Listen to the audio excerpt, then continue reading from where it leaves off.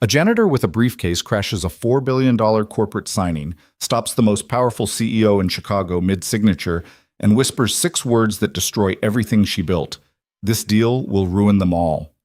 Security tackles him to the marble floor while cameras flash outside and executives scream for his arrest. But Victoria Hale doesn't move. Because somehow, impossibly, this broken man in a cleaning uniform knows exactly what she's been too afraid to see, and in 60 seconds, both their lives will shatter completely. If you want to see how a single moment of courage can burn down an empire and rebuild 2 broken souls, stay with me until the end. And hey, drop a like and comment with your city name so I can see how far this story travels. The executive boardroom on the 47th floor of Hale Industries smelled like old money and new leather. Victoria Hale stood at the head of the table, one hand resting on the unsigned merger agreement, the other holding a fountain pen worth more than most people earned in a month. She was 30 years old and already controlled a corporate empire her grandfather had started with dirty hands and dirtier deals. Tonight, she was about to make it bigger. Outside the floor-to-ceiling windows, Chicago sprawled beneath her like a kingdom she'd inherited but never truly ruled. The city lights reflected off Lake Michigan in the distance, and somewhere down there millions of people lived lives that never touched hers. She preferred it that way. Distance made decisions easier. "Ms. Hale, the press is waiting downstairs," her assistant murmured from the doorway. Jennifer was 24, efficient, and terrified of her. "They want the photo op the moment you sign." Victoria nodded without looking up. Across the table sat Marcus Chen, CEO of Cordova Financial, the company she was about to absorb for $4.2 billion. He was sweating despite the aggressive air conditioning, his fingers drumming against the mahogany like he was counting down to something. His cologne was expensive, but couldn't quite mask the smell of desperation.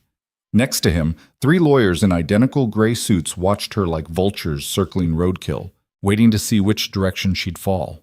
Her own CFO, Gerald Reeves, cleared his throat. "Victoria, we should finalize this before market open in Tokyo.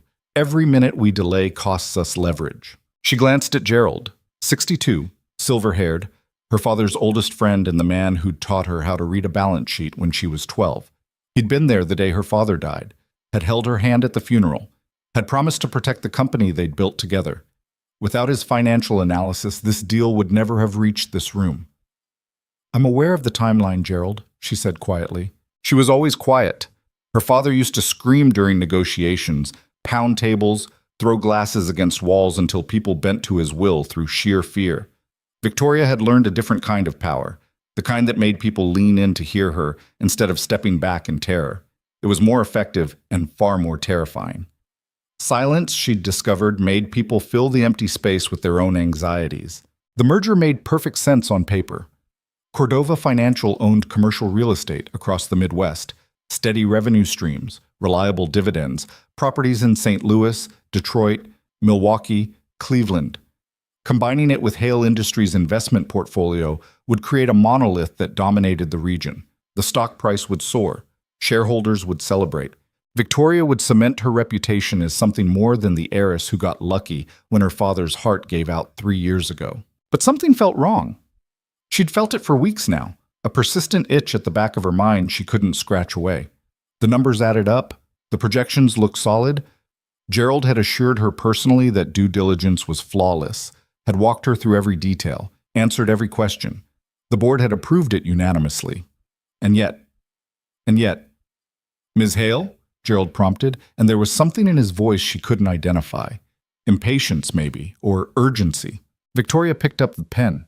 The weight of it felt heavier than it should. That's when the door exploded open. Not literally, though the sound of it slamming against the wall was violent enough that Marcus Chen actually flinched, coffee sloshing over the rim of his cup. A security guard stumbled backward through the entrance, trying to grab someone and failing. Then a man burst into the boardroom carrying a battered leather briefcase and wearing a navy blue janitor's uniform with E-Mercer stitched above the pocket in faded yellow thread. "Don't sign that contract," he said. His voice wasn't loud, wasn't aggressive, but it cut through the room like a blade through silk, sharp and clean, and impossible to ignore. Victoria's head snapped up. She'd never seen this man before in her life, but something about his eyes stopped her cold. They weren't wild or desperate. They were certain, absolutely, devastatingly certain. The kind of certainty that came from knowing something true in a world built on lies. Security? Gerald was on his feet, face flushing red. Get this man out of here immediately. 2 more guards rushed in, grabbing the janitor by both arms. He didn't resist, but he didn't look away from Victoria either. His gaze held hers like they were the only 2 people in the room. Miss Hale, please, he said. Just listen for 30 seconds. That's all I'm asking. You're asking for a prison sentence, Marcus Chen snarled, standing so fast his chair scraped against the floor. Do you have any idea what you just did? This is corporate espionage, trespassing, disrupting a private business meeting. I work here, the janitor said calmly. Night shift, 3rd floor. My name is Ethan Mercer, and I've been cleaning this building for 14 months. I'm not a spy. I'm not trying to sabotage anything. I'm just someone who knows what you're about to do is wrong. Victoria should have let security drag him out, should have called the police, signed the papers, moved on with her evening and her life. This was insane. This was a breach of every protocol she'd ever established. Instead, she heard herself say, "Wait." Everyone froze. Gerald's expression went from outraged to furious to something else, something that looked almost like fear. Victoria, this is absurd. We don't negotiate with... I said wait. Victoria set down the pen very carefully and looked directly at Ethan Mercer. Up close, she could see the exhaustion written into every line of his face. He was probably her age, maybe a year or 2 older, with dark hair that needed cutting and the kind of shadows under his eyes that spoke of too many sleepless nights stretching into too many empty mornings. His uniform was clean but worn at the edges, and his hands, she noticed his hands, were rough and calloused in a way hers had never been. But they weren't shaking. You have 30 seconds. Use them. What is she embarrassing? Ethan took a breath. When he spoke, his voice was steady as stone. Cordova Financial isn't what your reports say it is. The revenue projections are inflated by 18%. The real estate holdings include 4 properties that don't exist, and 6 more that are leveraged 3 times over to the point of insolvency. Your CFO knows this because he helped structure the fraud to hide it. The room went silent. Not the normal silence of a business meeting, but the kind of silence that happens right before something explodes. The kind that rings in your ears. Gerald's face had gone from red to white. This is slander. Victoria, I will not stand here and be accused by some... You accepted $4.7 million in offshore payments, Ethan continued, voice still steady, eyes still locked on Victoria. Routed through a shell company in the Cayman Islands called Meridian Holdings. In exchange, you doctored the due diligence reports and convinced Ms. Hale that this merger was clean. But it's not. It's a trap. The moment this deal closes, Cordova's debt becomes Hale Industries' debt. You'll be forced to liquidate assets to stay solvent. That means closing the Chicago Manufacturing Division, the Detroit Logistics Center, and the Milwaukee Distribution Hub. 3,000 people will lose their jobs in the first quarter alone. And you know it. You've known it from the beginning. Victoria's hand tightened on the table edge so hard her knuckles went white. How do you know this? Ethan met her eyes, and for just a moment, she saw something in them that looked like recognition, like he knew exactly what she was feeling because he'd felt it himself. Because I used to do what you do, he said quietly. Before I cleaned your floors, I analyzed deals like this one for a living. I know how to read a balance sheet, Ms. Hale. I know how to spot inconsistencies, trace money through shell corporations, identify patterns that don't add up. And I know what cooked books look like when someone's trying to hide them. Enough! Gerald slammed his palm on the table hard enough to make the water glasses jump. Victoria, this man is clearly disturbed. He's making wild accusations with zero evidence, disrupting a legally binding business transaction. I have evidence, Ethan said quietly. He lifted the briefcase, but the guards immediately yanked his arms back. The case hit the floor with a thud that seemed too loud in the silent room. It's all in there. Financial statements, wire transfer records, correspondence between your CFO and Cordova executives, internal memos, bank records. I've spent 4 months compiling it. Every night after my shift, I'd go through the recycling bins, retrieve documents that shouldn't have been thrown away, cross-reference them with public filings. It's all there. Marcus Chen stood up, his chair screeching against the floor. I'm calling my lawyers. This is harassment, defamation, industrial espionage. Then sue me, Ethan said. I'm a janitor raising a kid on $15 an hour. Good luck collecting. Victoria stared at the briefcase on the floor like it was a bomb that might detonate any second. Everything in her screamed to ignore this, to follow protocol, to trust the systems she'd spent years building. Gerald was her father's closest friend. She'd known him her entire life. He taught her to ride a bike, attended her college graduation, stood beside her when the board tried to vote her out after her father's death. This stranger was nobody, a night shift worker with a wild story and convenient timing. But those eyes. She'd built an empire on reading people, on knowing when someone was lying and when they were telling a truth they desperately wished was false. And Ethan Mercer wasn't lying. "Let him go," she said. Gerald turned to her, incredulous. "Victoria, I said let him go." She looked at the security guards. They were both staring at her like she'd lost her mind. Maybe she had. "Release him and leave us." "Ms. Hale, protocol requires—" "I'm aware of protocol. I wrote the protocol. Leave." The guards exchanged glances but obeyed. They knew better than to argue when Victoria used that tone. The moment the door closed behind them, Gerald leaned across the table, voice low and dangerous. "You're making a mistake.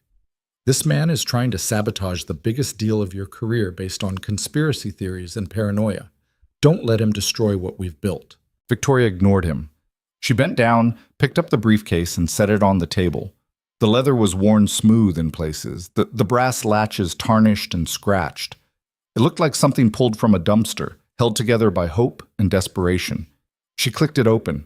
Inside were hundreds of pages of printed documents, organized with colored tabs and handwritten notes in the margins. Bank statements, email printouts, spreadsheets covered in calculations so dense they looked like code, financial reports with discrepancies circled in red ink. For several long seconds, Victoria just stared at it all, her mind trying to process the sheer volume of evidence. Then she started reading. The first document was a transfer record showing $1.2 million moving from a Cordova Holdings subsidiary to an account in Georgetown, Cayman Islands.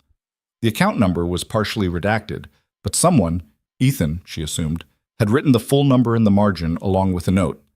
Cross-reference GR, Personal Holdings Disclosure 2024. The second was an email from Gerald to Marcus Chen with the subject line, Q3 adjustments per our conversation. The body was brief. Move the Milwaukee properties to the subsidiary structure we discussed. Projections now align with your targets. Wire transfer complete. The third was a financial statement for one of Cordova's flagship properties in St. Louis, showing revenue numbers that didn't match the public filings by almost 40%. Victoria's hand started shaking. She turned to the next page, and the next, and the next. Each one was worse than the last. A pattern emerged. Money moving in circles, properties that existed on paper but not in reality, revenue that appeared in reports but never showed up in actual bank accounts. It was elegant in a horrifying way, sophisticated, the kind of fraud that took expertise to construct and even more expertise to uncover. She turned to Gerald. "Explain this." "It's forgery," he said immediately. "Fabricated documents meant to—" "The account number on this transfer matches your personal offshore holdings." Victoria's voice had gone very, very quiet, the kind of quiet that made people afraid. "I've seen your financial disclosures, Gerald. I know what you own and where you keep it. I know because I'm legally required to review them every year." Gerald's jaw tightened. A muscle jumped beneath his eye. "Victoria, listen to me very carefully." "How long?" She looked up at him, and her eyes were nothing like they'd been 30 seconds ago. All the warmth, all the trust, all the history between them had evaporated like water on hot asphalt. "How long have you been lying to me?" "I never lied. I protected you." Gerald's voice rose. "This company was hemorrhaging value after your father died. The board wanted to break it apart and sell it for scrap. I found a way to stabilize it, to keep it intact. The Cordova merger is part of that strategy. Yes, there are risks, but all major acquisitions carry risk." "You sold me fraud," Victoria said. Each word fell like a stone. "You took bribes to push through a deal that would destroy thousands of lives. And you did it using my name, using my father's legacy, using the trust I gave you. I did what was necessary. Gerald's composure finally cracked. His face flushed red again, veins standing out on his neck. You think your father built this empire by being honest, by playing fair? He cut throats, buried bodies, made deals that would make your hair curl, but he kept this company alive. That's what matters. Survival. Winning. Not some naive fantasy about doing the right thing. At what cost? Victoria's voice was barely a whisper. At whatever cost it takes! Gerald was standing now, leaning over the table, finger jabbing the air. You're 30 years old playing dress-up in your dead father's office, and you think you understand how this works? You don't. You inherited money and a title, but you didn't inherit his instincts, his ruthlessness, his willingness to do what needed to be done. So yes, I made decisions without consulting you, because someone had to, because you're too soft to make the hard choices. The room was silent, except for the hum of the ventilation system and the distant sound of traffic 47 stories below. Victoria closed the briefcase carefully, deliberately. Her hands were steady now. When she looked up, her expression was completely blank, the mask she'd learned to wear when people tried to hurt her. Get out, she said. Victoria. Get out, Get out of this building. You're fired. Security will escort you downstairs, and if you're still here in 10 minutes, I'll have you arrested for corporate espionage, fraud, and theft. Gerald stared at her like she'd grown a second head. You can't fire me. The board won't allow it. I have allies. I own 62% of this company, Victoria said. My father made sure of that before he died. I can do whatever I want. She walked to the door and opened it. The security guards were still waiting outside, probably listening to every word. Gentlemen, please escort Mr. Reeves from the premises. He's no longer employed here. If he resists, call the police. Victoria, you're making a mistake you'll regret for the rest of your life, Gerald said. But he was already backing toward the door. The guards had him by the arms now, professional and efficient. You need me. Without me, you'll lose everything. The board will remove you. The shareholders will revolt. You'll be finished. Then I'll be finished. Victoria held his gaze. But I won't be finished like this. The guards led Gerald away. He didn't resist physically, but his eyes promised retribution all the way down the hall. Victoria watched until they disappeared around the corner, then closed the door and leaned against it. Her legs felt weak.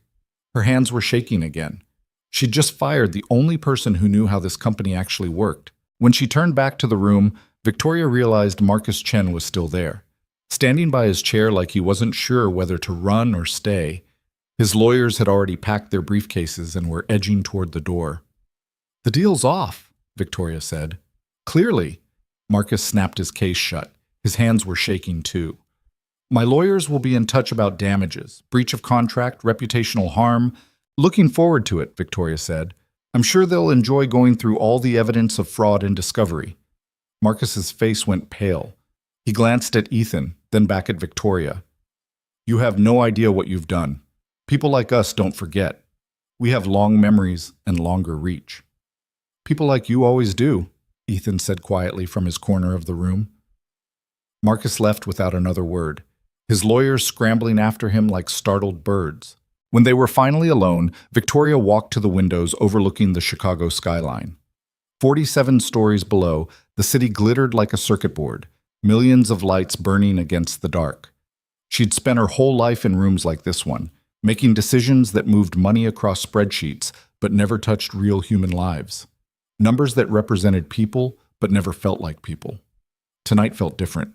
You just destroyed your career, she said without turning around. Gerald and Marcus will bury you in lawsuits. They'll make sure you never work again. They'll ruin your life. I stopped working in any way that mattered a long time ago, Ethan said. Victoria turned to look at him. He was still standing by the table, hands loose at his sides, watching her with that same unsettling certainty. The security guards had roughed him up a little. His uniform was wrinkled, his hair messed up, but he didn't seem to care. Why? She asked. Why risk everything for a company you don't work for and people you don't know? What's in it for you? Ethan was quiet for a moment. He walked to the windows and stood beside her, looking out at the city. Because someone had to. And because I know what happens when deals like this go through. I've seen it before. Hell, I used to be part of it." He picked up the briefcase, held it for a moment like it weighed 1,000 pounds, then set it back down.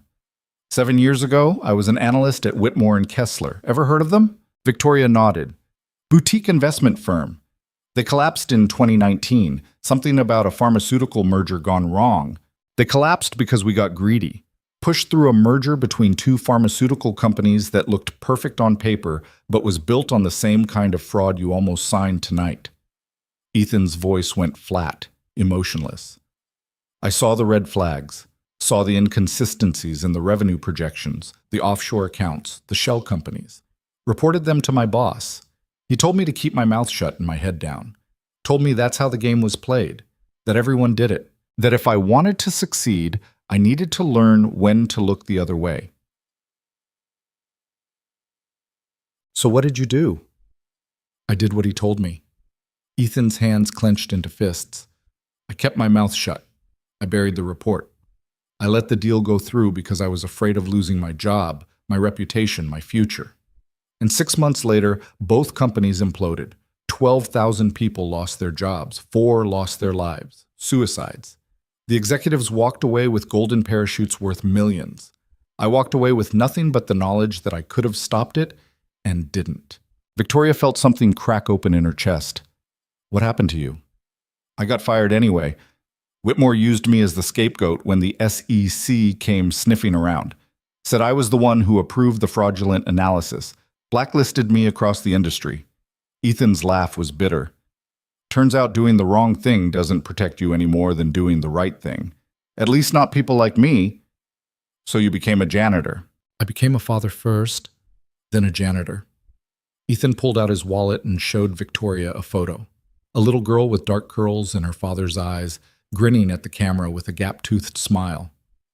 "Her name's Lily. She's 8 years old. She likes dinosaurs, hates broccoli, and wants to be a paleontologist when she grows up." His voice softened. "She was diagnosed with type 1 diabetes when she was 4. My wife, ex-wife, couldn't handle it. The constant monitoring, the insulin shots, the middle-of-the-night blood sugar checks. She left 6 months after the diagnosis, said she didn't sign up for this. So it's just us now." Victoria studied the photo. She tried to remember the last time she'd seen someone smile like that, purely, completely, without calculation or agenda or the weight of expectations. She couldn't. "She's beautiful," Victoria said, and meant it. "She's everything." Ethan put the wallet away carefully, like it was the most valuable thing he owned, which, Victoria realized, it probably was. "Which is why I need to know, if I do this, if I help you audit this company and it turns out the corruption goes deeper than Gerald and Marcus, are you going to have the courage to burn it all down? Or are you going to protect the empire and sacrifice the people?" It was the most important question anyone had ever asked Victoria Hale. She thought about her father, who'd built this company through ruthlessness and fear. She thought about Gerald, who'd betrayed her while claiming to protect her. She thought about the 3,000 people whose jobs she'd almost destroyed with a signature. People with families and mortgages, and children who wanted to be paleontologists. Then she thought about the little girl in the photo who smiled like the world was still good. "I'm going to burn it down," Victoria said quietly, "whatever it takes." Ethan searched her face for a long moment. She saw him weighing her words, testing them for cracks, looking for the lie underneath. She didn't blink, didn't look away. Finally, he nodded. "Okay then, let's get to work." They spent the next 6 hours going through every document in the briefcase, cross-referencing it against Hale Industries' internal records. Victoria called down to IT and had them grant Ethan access to the financial systems. The night shift manager was confused but didn't argue. Victoria made coffee at 2 a.m., terrible coffee, because she'd never actually made it before. And they drank it anyway, too focused to care. Ethan showed her how to spot inconsistencies in financial statements, how to trace money through shell corporations, how to identify the patterns that marked institutional fraud. He was patient, thorough. He explained things in ways that made sense, never talked down to her, never made her feel stupid for not knowing. Victoria found herself watching him work, the way his hands moved across the keyboard, the way he'd pause and stare at numbers until the pattern revealed itself. This was someone who understood the language of money the way she understood the language of power. The sun was rising over Lake Michigan when they finally had the full picture. It was worse than Victoria had imagined. Gerald hadn't just corrupted the Cordova merger. He'd been systematically bleeding Hale Industries for years, routing money through fake vendors, inflating expenses, taking kickbacks from contractors. The company wasn't as profitable as the quarterly reports claimed. It wasn't even stable. It was a house of cards held together by creative accounting and institutional momentum. If this goes public, the stock price will collapse, Ethan said. He looked exhausted, but his voice was steady. You'll face investigations, lawsuits, probably criminal charges.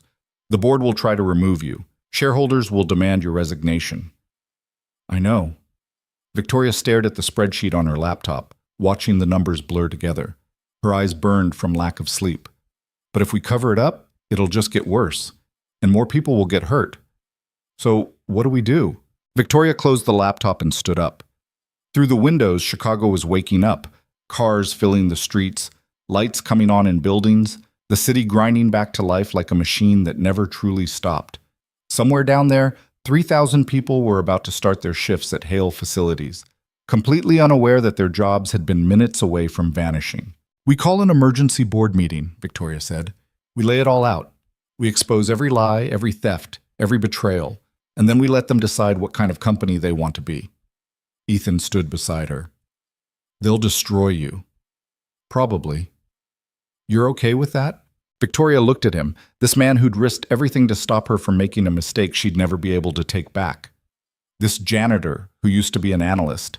This father who worked nights for $2 extra an hour so his daughter could have insulin. You asked me if I'd have the courage to burn it down, she said. I guess we're about to find out.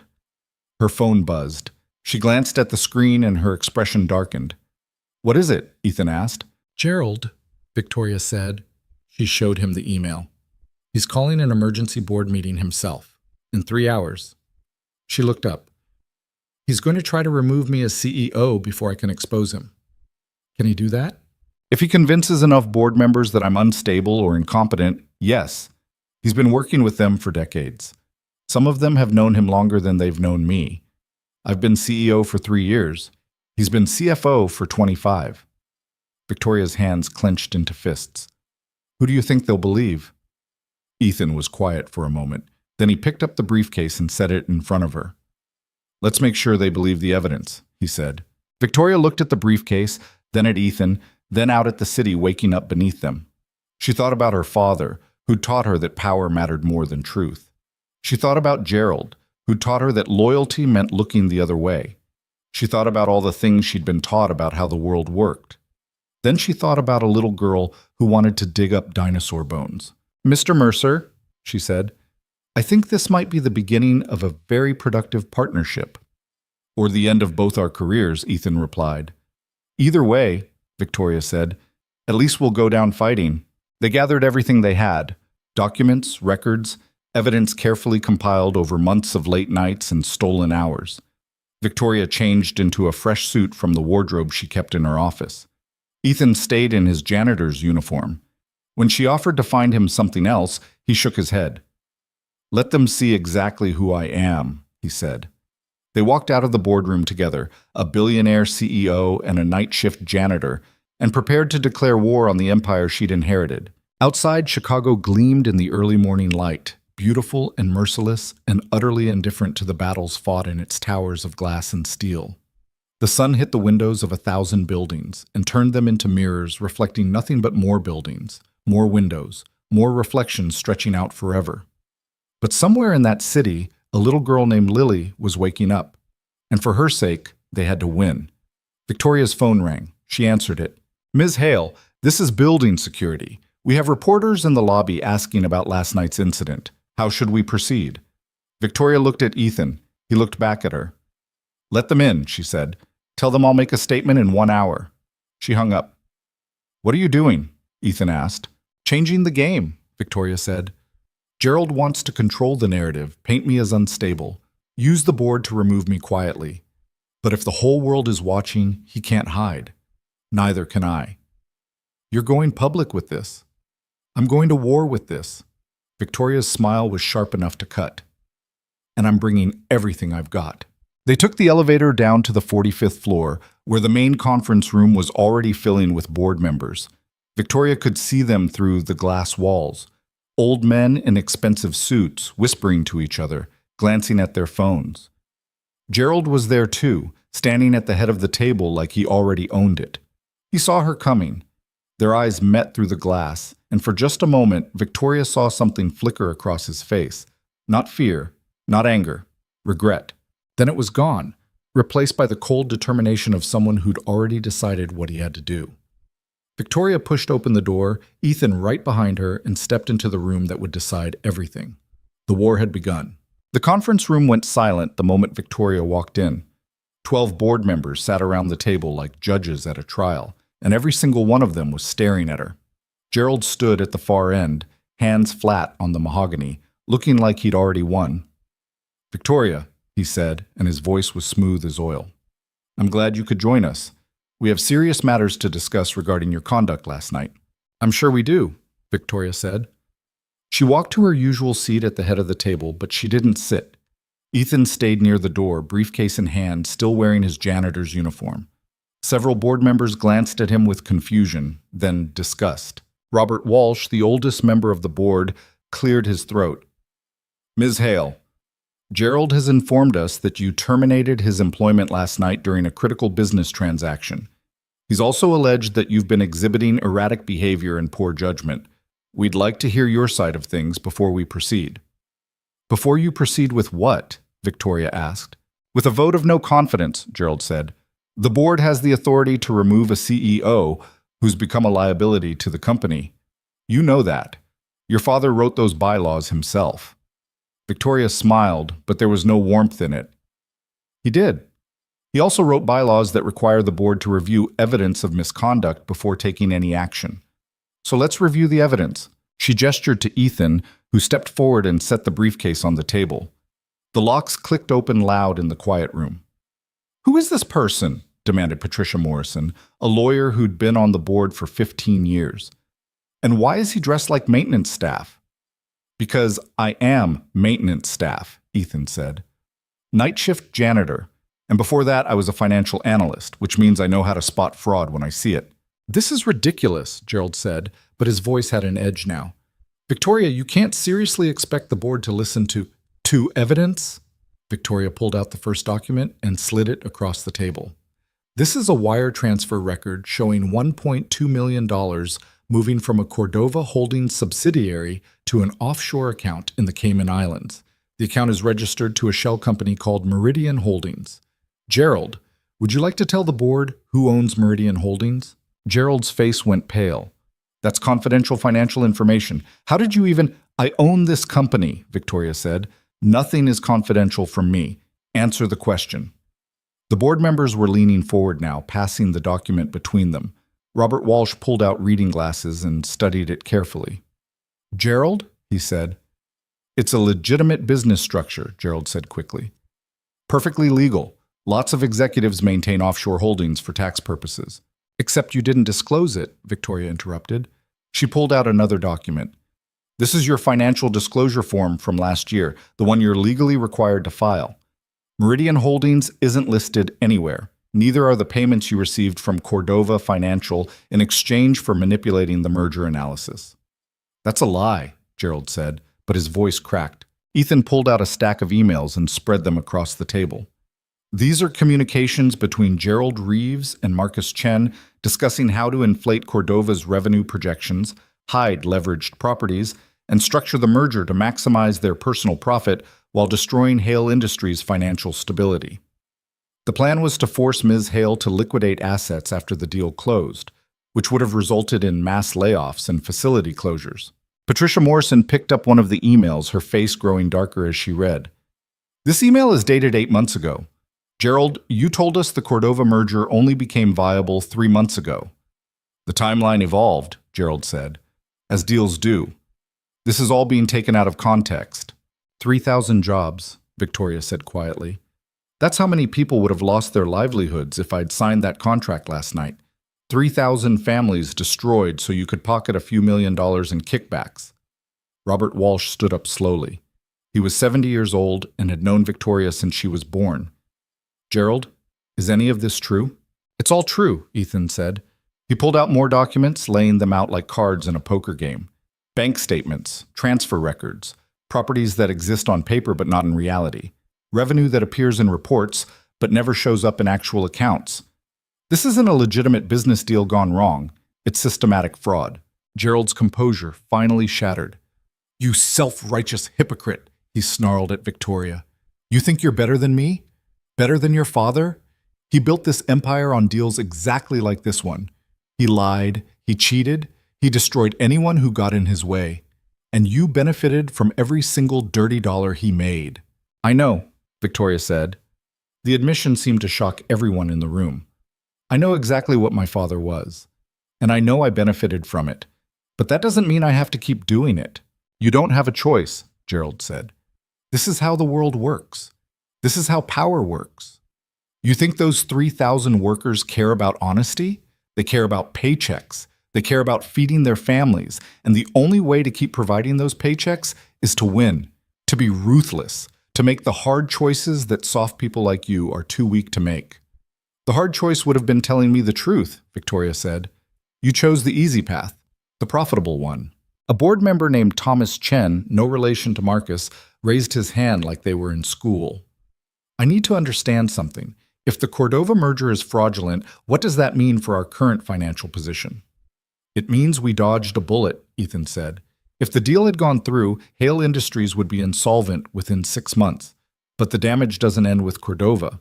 Gerald's been running similar schemes throughout the company for years. He pulled out another stack of documents, and Victoria watched the board members' faces change as they passed them around. Shock became anger. Anger became fear. How bad is it? Robert Walsh asked quietly. Bad, Ethan said. The company's actual profit margin is about 30% lower than reported. There are fake vendors billing for services never rendered, contractors getting paid twice for the same work, expense accounts that don't match actual expenditures. It's everywhere. Patricia Morrison looked like she might be sick. This will destroy the stock price. The SEC will investigate. We could all face criminal charges for failing to catch this. You couldn't have caught it, Ethan said. It was designed to be invisible. Gerald's been doing this for decades. He knew every loophole, every blind spot in the audit process. The only reason I found it was because I wasn't supposed to be looking. Nobody pays attention to janitors. So what do we do? Thomas Chen asked. He was looking at Victoria now. What's your plan? Victoria took a breath. This was the moment, the choice that would define everything that came after. We tell the truth, she said. All of it. We hold a press conference, lay out the evidence, and announce a complete financial audit. We cooperate with investigators, fire everyone involved in the fraud, and rebuild this company the right way. That's corporate suicide, Gerald said. The stock will crash. Shareholders will revolt. You'll lose everything. Maybe, Victoria said, but at least I'll lose it honestly. Robert Walsh was quiet for a long moment. Then he looked at Gerald. I've known you for 40 years. You were at my daughter's wedding, your godfather to my grandson. His voice broke. How could you do this? How? Gerald's expression hardened. Because I was trying to save this company. Victoria's father knew that success requires sacrifice. He understood that sometimes you have to break rules to survive. I was protecting his legacy. By destroying it? Robert shook his head. Get out. Security will escort you from the building. If you're still in Chicago by tonight, I'll personally make sure you're arrested. Gerald looked around the table, but no one met his eyes. Even his oldest allies were staring at the documents spread across the mahogany, seeing their careers crumble in real time. He turned to Victoria. You'll regret this. When the stock crashes and the lawsuits start, when employees lose their pensions and shareholders lose their investments, you'll remember that I tried to stop you. I'll remember that you lied to me, Victoria said. Every day for 3 years you looked me in the eye and lied. That's what I'll remember. Security came and led Gerald away. He didn't struggle this time, just walked out with his head high, like he was the victim in all of this. The moment he was gone, the board erupted. This is a disaster, Patricia Morrison said. We need crisis management, legal counsel, a strategy for handling the press. We need to cover this up, Thomas Chen interrupted. If this goes public, the company is finished. We can clean house internally, restructure quietly. No, Victoria said. The single word cut through the chaos. I'm not covering this up. I'm exposing it. Today. Victoria, please think about this rationally, Robert Walsh said. I admire your integrity, but there are thousands of employees who depend on this company. If we tank the stock price, they'll lose their jobs anyway. Their retirement accounts, their health insurance. I've thought about it, Victoria said. I've done nothing but think about it all night. And I keep coming back to the same question. What's the cost of lying? Because every time we choose profit over truth, every time we sacrifice people for numbers on a spreadsheet, we make it easier to do it again and again. Until we've built an empire on corpses and convinced ourselves we had no choice. She looked around the table. My father made those choices. Gerald made those choices. And where did it get us? A company riddled with fraud, employees who don't trust us, and a merger that would have destroyed thousands of lives. I'm not doing it anymore. So you're just going to blow everything up? Patricia demanded. I'm going to tell the truth and deal with the consequences, Victoria said. And if that means losing the company, then I'll lose it. But I won't lose who I am. Ethan spoke up from his corner of the room. There's another option, one that doesn't involve covering up fraud or destroying the company. Everyone turned to look at him. You restructure, he said, completely. You announce the fraud, yes, but you also announce immediate reforms, independent audits, new leadership, a fund to protect employees during the transition. You take responsibility and show people you're fixing it. The stock will take a hit, but it won't collapse. And you might actually come out of this stronger. Who are you again? Thomas Chen asked. Someone who's seen what happens when companies choose silence over accountability, Ethan said. It doesn't work. The truth always comes out eventually. The only question is whether you control the narrative or it controls you. Robert Walsh studied Ethan for a long moment. You used to be an analyst? At Whitmore and Kessler, before they collapsed. I remember that. Pharmaceutical merger gone wrong. Robert nodded slowly. You tried to stop it, didn't you? Blew the whistle? Too late, Ethan said.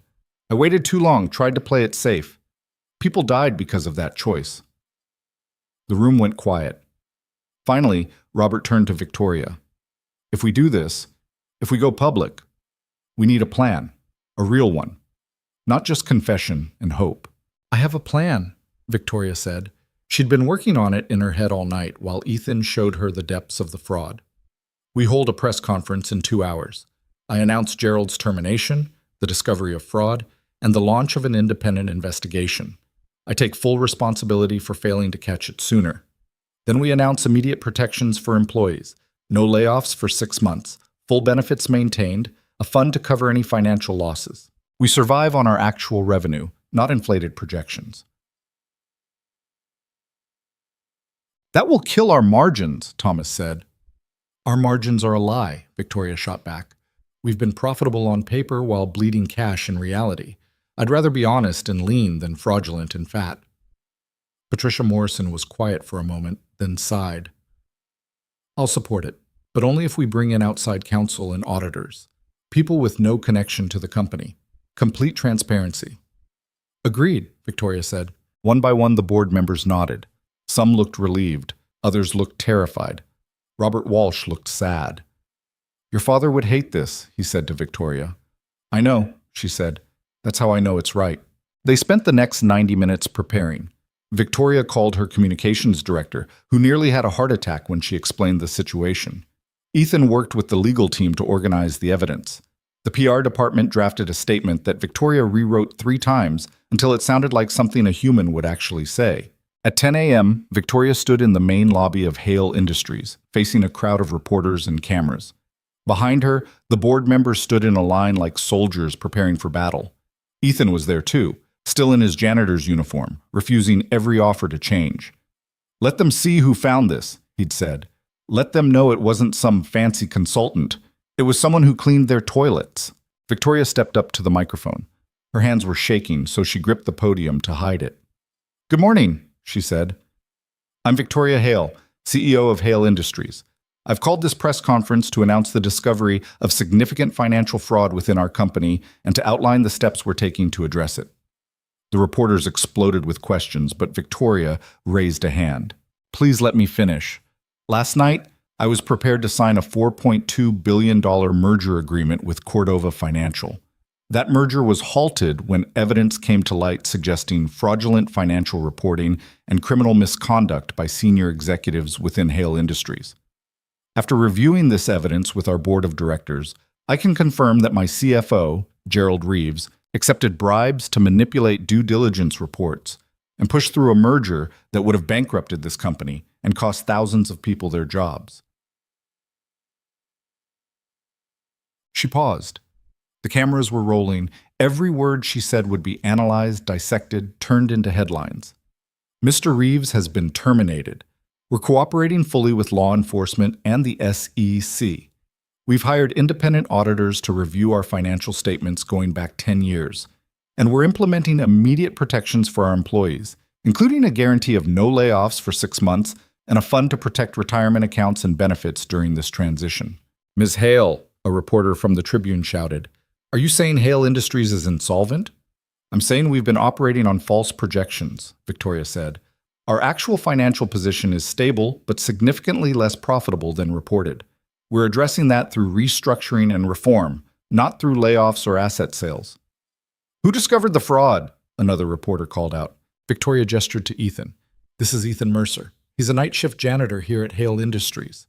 He's also a former financial analyst who spent 4 months compiling evidence of corporate misconduct. Without his courage and integrity, this fraud would have continued indefinitely." Every camera swung to focus on Ethan. He looked uncomfortable but didn't back down. "Mr. Mercer," a reporter pushed forward, "why did you do it? What made you investigate your own employer?" Ethan was quiet for a moment. Then he said, "Because I made the wrong choice once before, and people got hurt. I wasn't going to make it again." "What about the Cordova executives?" someone shouted. "Are they facing charges?" "That's a matter for law enforcement," Victoria said.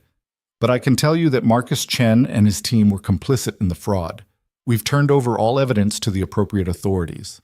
The questions kept coming, faster and louder, until they were just noise. Victoria answered what she could, deflected what she couldn't, and tried not to think about what was happening to the stock price.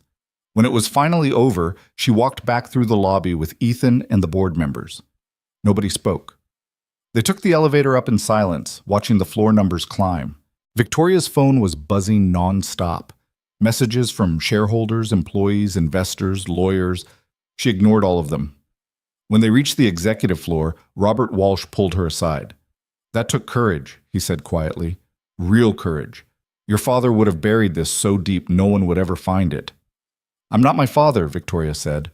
"No," Robert agreed. "You're better." He walked away and Victoria was left standing in the hallway with Ethan. "You should go home," she said. "Check on your daughter. I'm sure she's worried." "She doesn't watch the news," Ethan said. "She's 8. Right now she's probably watching dinosaur documentaries and ignoring her babysitter." Victoria smiled despite everything.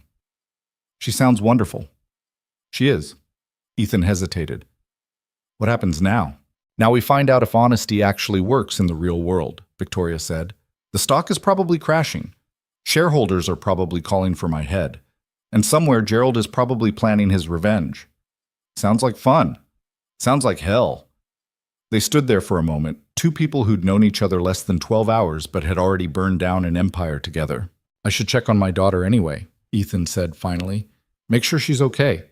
But I'll come back tonight if you need me." "You don't work nights anymore," Victoria said. "As of right now, you're the interim CFO of Hale Industries. Salary commensurate with the position, full benefits, and an office on this floor." Ethan stared at her. "You can't be serious." "I just committed corporate suicide on live television," Victoria said. "Why would I stop being serious now?" "Because I'm a janitor. I haven't worked in finance in 7 years. You're the only person in this building I trust," Victoria interrupted. "The only one who chose truth over profit. That's worth more than any MBA." Ethan looked like he wanted to argue, but his phone rang. He glanced at the screen and his whole face changed. "It's the babysitter," he said, and there was fear in his voice. He answered. Victoria watched his expression shift from concern to panic in the space of a heartbeat. "What's her blood sugar?" he demanded. "How long has she been unresponsive? Did you call 911? I'm on my way." He hung up and was already moving toward the elevator. What happened? Victoria asked. Lily's blood sugar crashed. She's not waking up. Ethan's hands were shaking as he jabbed the elevator button. I need to get to her. Now. I'll drive you, Victoria said. You don't have to. I'm driving you. She grabbed her keys and followed him into the elevator. Where does she need to go? Northwestern Memorial, the emergency room. Ethan was staring at his phone like he could will it to give him better news. She's had crashes before, but never this bad. Never unconscious. They ran through the lobby to the parking garage. Victoria's car was a black Mercedes that probably cost more than Ethan's annual salary. She unlocked it, and they both jumped in. The drive should have taken 20 minutes. Victoria made it in 12, running red lights and weaving through traffic like the laws of physics didn't apply to her. Ethan sat in the passenger seat, phone pressed to his ear, talking to the paramedics. Her name is Lily Mercer. She's 8 years old, type 1 diabetic. Her sugar was at 40 when they last checked. She needs glucagon. Do you have glucagon? Victoria had never heard someone sound so terrified and so controlled at the same time. They screeched to a stop outside the emergency room. An ambulance was already there, back doors open. Ethan was out of the car before it fully stopped, sprinting toward the vehicle. Victoria parked and followed him inside. The emergency room was chaos. Nurses rushing past, machines beeping, people crying in corners. Ethan was at the intake desk, trying to get information. My daughter was brought in. Lily Mercer, 8 years old, diabetic emergency. The nurse typed on her computer. They're stabilizing her now. You can't go back yet. I need to see her. Sir, you need to wait here. Someone will come get you when... She's 8 years old and she's scared and I need to see my daughter. Ethan's voice cracked. Victoria stepped forward. Where's your supervisor? The nurse looked up, recognized her from television, and her expression changed. Ms. Hale, I didn't... Get your supervisor. Now. 2 minutes later, they were being led through the emergency room to a curtained area. Inside, Lily was on a bed with an IV in her arm, eyes closed, skin too pale. A doctor was checking her vitals. Daddy? Lily's eyes opened, unfocused and scared. I'm here, sweetheart. Ethan was beside her in an instant, holding her hand. I'm right here. You're okay. I don't feel good. I know, but the doctors are helping. You're going to be fine. The doctor looked up at Ethan. Her blood sugar dropped to 35. The babysitter gave her juice, but she lost consciousness before it could take effect. We've administered glucagon and she's responding well. She should be fully alert in a few minutes. What caused it? Ethan asked. Hard to say. Could be she was more active than usual, didn't eat enough, miscalculated her insulin. It happens. It shouldn't happen, Ethan said, and there was guilt in his voice that made Victoria's chest hurt. I should have been there. You're here now, the doctor said kindly. That's what matters. Victoria stood back, watching the scene play out, watching Ethan hold his daughter's hand like it was the only thing keeping him tethered to earth, watching Lily slowly come back to consciousness, her color returning, her breathing evening out. This was what Gerald didn't understand, what her father never understood. Numbers on a spreadsheet weren't real, profit margins weren't real. But this, a father terrified for his daughter, a child fighting to stay conscious, this was real. Who's that? Lily asked, looking at Victoria with curious eyes. That's my boss, Ethan said. Her name is Victoria. She's pretty, Lily said, and Victoria felt something crack in her chest. Thank you, she said quietly. Are you a doctor? No, I run a company. That sounds boring. Victoria laughed despite everything. It really is. They kept Lily for observation for 3 hours. Victoria sat in the waiting room, fielding calls and emails on her phone. The stock had dropped 18%. 3 major shareholders were demanding an emergency meeting. Her communications director had resigned. The SEC had opened an investigation. Everything was falling apart exactly like Gerald had predicted. But when she looked through the window at Ethan sitting beside his daughter's bed, reading her a book about dinosaurs while she ate terrible hospital jello, Victoria couldn't bring herself to regret any of it. Finally, the doctor cleared Lily to go home. Ethan carried her out to Victoria's car. She was small for 8, exhausted from the crisis, and buckled her into the back seat. Where do you live? Victoria asked. Ethan gave her an address in a neighborhood she'd never been to. They drove through parts of Chicago she'd only seen from highway overpasses. Small houses crammed together, chain-link fences, corner stores with bars on the windows. They pulled up to a narrow two-story building that had been converted into apartments. The paint was peeling. One window was covered with cardboard. "This is us," Ethan said quietly. Victoria looked at the building, then at Ethan, then at Lily sleeping in the back seat. She thought about her penthouse with its floor-to-ceiling windows and marble countertops. She thought about the distance between that world and this one. "Let me help you get her inside," she said. Ethan carried Lily up the stairs while Victoria followed. The apartment was small. One bedroom, a cramped living room with a couch that had seen better days, a kitchen barely big enough for two people. But it was clean. The walls were covered with Lily's drawings. There were books everywhere. A poster of a T-Rex hung over the couch. Ethan laid Lily in her bed, a small frame with dinosaur sheets, and tucked her in carefully. "Daddy," she murmured, "I'm here." "Don't leave. I won't. I promise." He stayed there until she fell back asleep, then joined Victoria in the living room. "You should go," he said. "I'm sure you have things to deal with." "They can wait." Victoria looked around the apartment. "How much do you pay for this place?" $1,200 a month. It's cheap for Chicago. Victoria thought about the salary she'd just offered him. It would change everything for them, but she could see in his eyes that he wasn't sure he should take it. "You saved my company," she said. "You saved thousands of jobs. You stopped a fraud that would have destroyed lives. Why won't you let me help you?" "Because I'm not doing this for money," Ethan said. "I did it because it was right. If I take your money now, it makes it transactional, makes it like I had an angle all along. You did have an angle. You wanted to protect people." Victoria walked to the window and looked out at the street below. "I'm not trying to buy you, Ethan. I'm trying to work with someone who has integrity. That's rare. That's valuable. And yes, I'm willing to pay for it." Ethan was quiet for a long moment. "My daughter needs me," he finally said. "If I take this job, I'll be working long hours, late nights. I can't abandon her." "Then don't," Victoria said. She turned to face him. "Bring her to the office. We'll set up a space for her. Hire a proper nurse who understands diabetes. Make it work." "That's not professional." "Neither is hiring a janitor to be your CFO," Victoria said. "But I'm doing it anyway." Ethan looked at her, and for the first time since they'd met, he smiled. Really smiled. "You're either the bravest person I've ever met," he said, "or the craziest." "Probably both," Victoria admitted. Her phone rang. It was Robert Walsh. "The shareholders are calling for a vote," he said without preamble. "They want you removed. The meeting is tomorrow morning."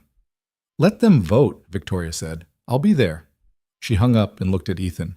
"Tomorrow they're going to try to fire me," she said. "I'll probably lose. But I need you there anyway. I need someone in that room who believes this was worth it." "It was worth it," Ethan said. "Even if we lose everything?" "Especially then." Victoria nodded. She walked to the door, then paused. "Take care of your daughter," she said. "I'll see you tomorrow." She drove home through the Chicago night, past buildings that sparkled with lights and wealth and all the things she'd been raised to value. Her phone wouldn't stop buzzing. The news was calling her reckless. Shareholders were threatening lawsuits. Her mother had left 3 voicemails demanding she explain herself. But when Victoria finally reached her empty penthouse and stood in front of the windows overlooking the city, she felt something she hadn't felt in years. Peace. She'd told the truth. She'd risked everything for it. And tomorrow, she'd find out if that was enough. Victoria didn't sleep that night.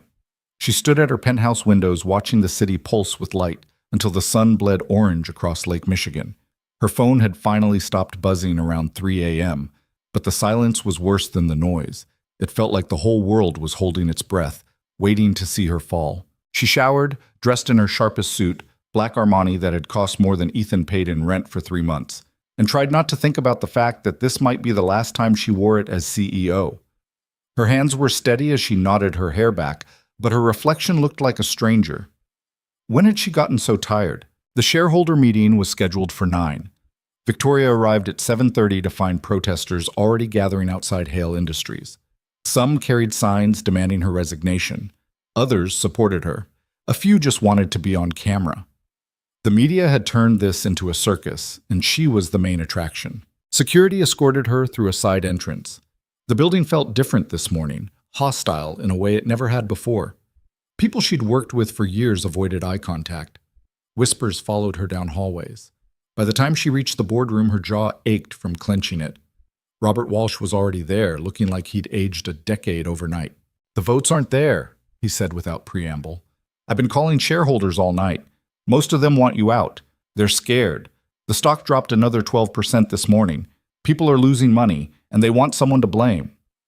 "They can blame me," Victoria said. "I'm the one who chose this." "You could still walk it back. Issue a statement saying you were misled, that you're conducting a thorough review before taking further action." "I'm not lying, Robert." "Then you're going to lose." His voice was gentle, almost pitiful. "I'm sorry, Victoria. I tried." "I know you did." She walked to the windows and looked down at the protesters. From 47 stories up, they looked like ants swarming around breadcrumbs. All of them angry, all of them certain they knew the truth. The door opened. Victoria turned, expecting another board member, but it was Ethan. He was wearing a suit this time, not expensive, slightly too big in the shoulders, but clean and pressed. Lily was with him, holding his hand, wearing a purple dress with dinosaurs on it. "You brought her," Victoria said. "She wanted to come. Said she wanted to see where Daddy works now." Ethan looked uncomfortable. "I know this probably isn't appropriate." It's perfect," Victoria said. She knelt down to Lily's level. "Hi, Lily. How are you feeling?" "Better. My sugar's at 120. Lily held up a small device that looked like a phone. "Daddy checks it every hour now. He's being annoying." "I'm being careful," Ethan corrected. "Same thing." Lily looked around the boardroom with wide eyes. "Wow, this place is fancy. Do you have snacks?" Victoria couldn't help but smile. "I'll have someone bring you whatever you want." She called down to the executive assistant, one of the few people still speaking to her, and requested juice boxes, crackers, and fruit. Within 5 minutes, a spread appeared that could have fed a dozen kids. Lily settled into a corner with her snacks and a book about pterodactyls, completely oblivious to the fact that her father's boss was about to get destroyed. "You didn't have to come," Victoria told Ethan quietly. "This is going to be ugly."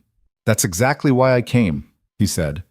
"Someone needs to witness what happens when you choose integrity over profit, even if it ends badly." "Especially if it ends badly," Victoria said.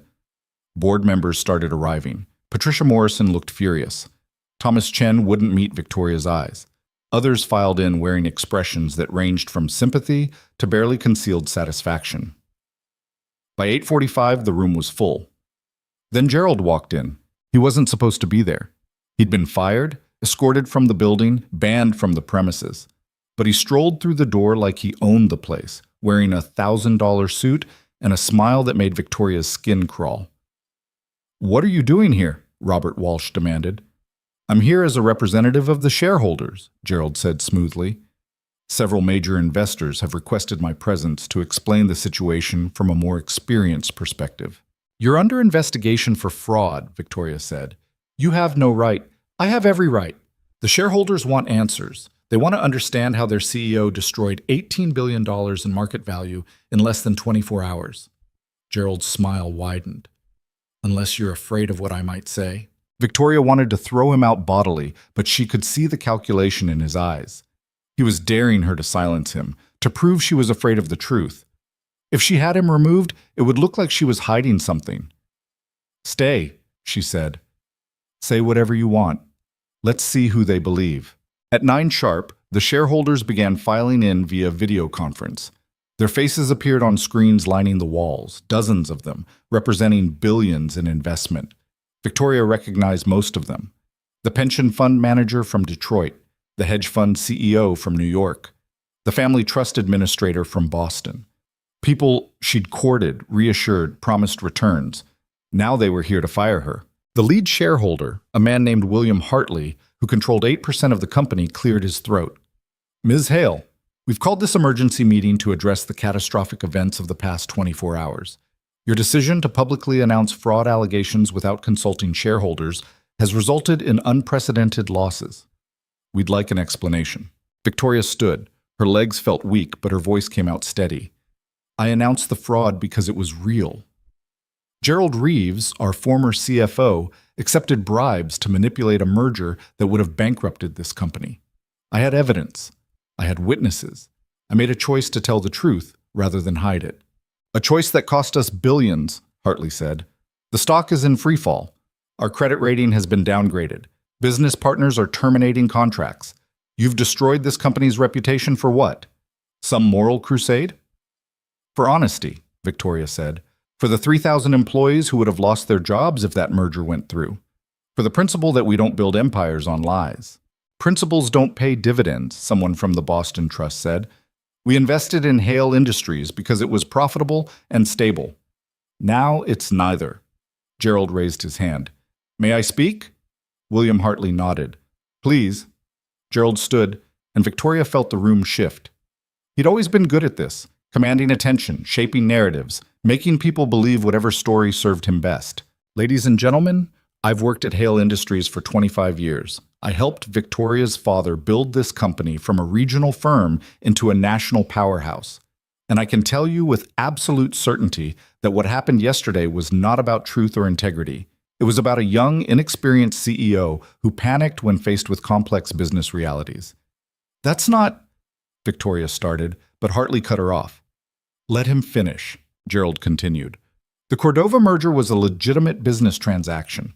Yes, there were risks. All major acquisitions carry risks, but Victoria didn't have the experience to understand that. Instead of trusting her advisors, she listened to a disgruntled former employee with a vendetta. He gestured dismissively at Ethan. A man who was fired from his last position for incompetence and has spent the past 7 years cleaning toilets. This is who she trusted over her father's oldest friend. Ethan's jaw tightened, but he didn't respond. The evidence she presented was taken out of context, misinterpreted, and weaponized by someone who doesn't understand how sophisticated financial structures work. The offshore accounts, standard tax optimization, the revenue adjustments, normal accounting practices. The communication with Cordova executives, routine merger negotiations. Gerald's voice grew stronger, more confident. Victoria didn't expose fraud, she exposed her own inexperience, and now we're all paying the price. Several shareholders were nodding. Victoria felt the room slipping away from her. That's a lie, she said. Every word of it. Is it? Gerald pulled out his own folder. Of course he'd come prepared. These are the same financial documents Victoria presented, but with proper context. Annotations from our accounting firm, legal opinions from our counsel, all of it showing that while the structures were complex, they were entirely legal. He started passing documents to the board members. Victoria watched them read, watched their expressions change. Doubt creeping in. Uncertainty. You doctored those, she said. I corrected them, Gerald shot back. You're not a financial expert, Victoria. You're an heiress playing CEO. And yesterday, you made a catastrophic error in judgment that's destroyed billions in shareholder value. The merger was fraud, Victoria insisted. She looked at Ethan. Tell them. Explain what you found. Ethan stood. He looked uncomfortable in the ill-fitting suit, out of place among these titans of industry. But his voice was steady. I spent 4 months analyzing Hale Industries' financial records. The Cordova merger was built on inflated revenue projections, hidden liabilities, and kickback payments designed to enrich executives while destroying the company. Gerald Reeves received $4.7 million in offshore payments. The properties listed in the merger included 4 that don't exist and 6 that are leveraged beyond recovery. This wasn't sophisticated financial structuring, it was fraud. According to who? Demanded a shareholder from the New York hedge fund.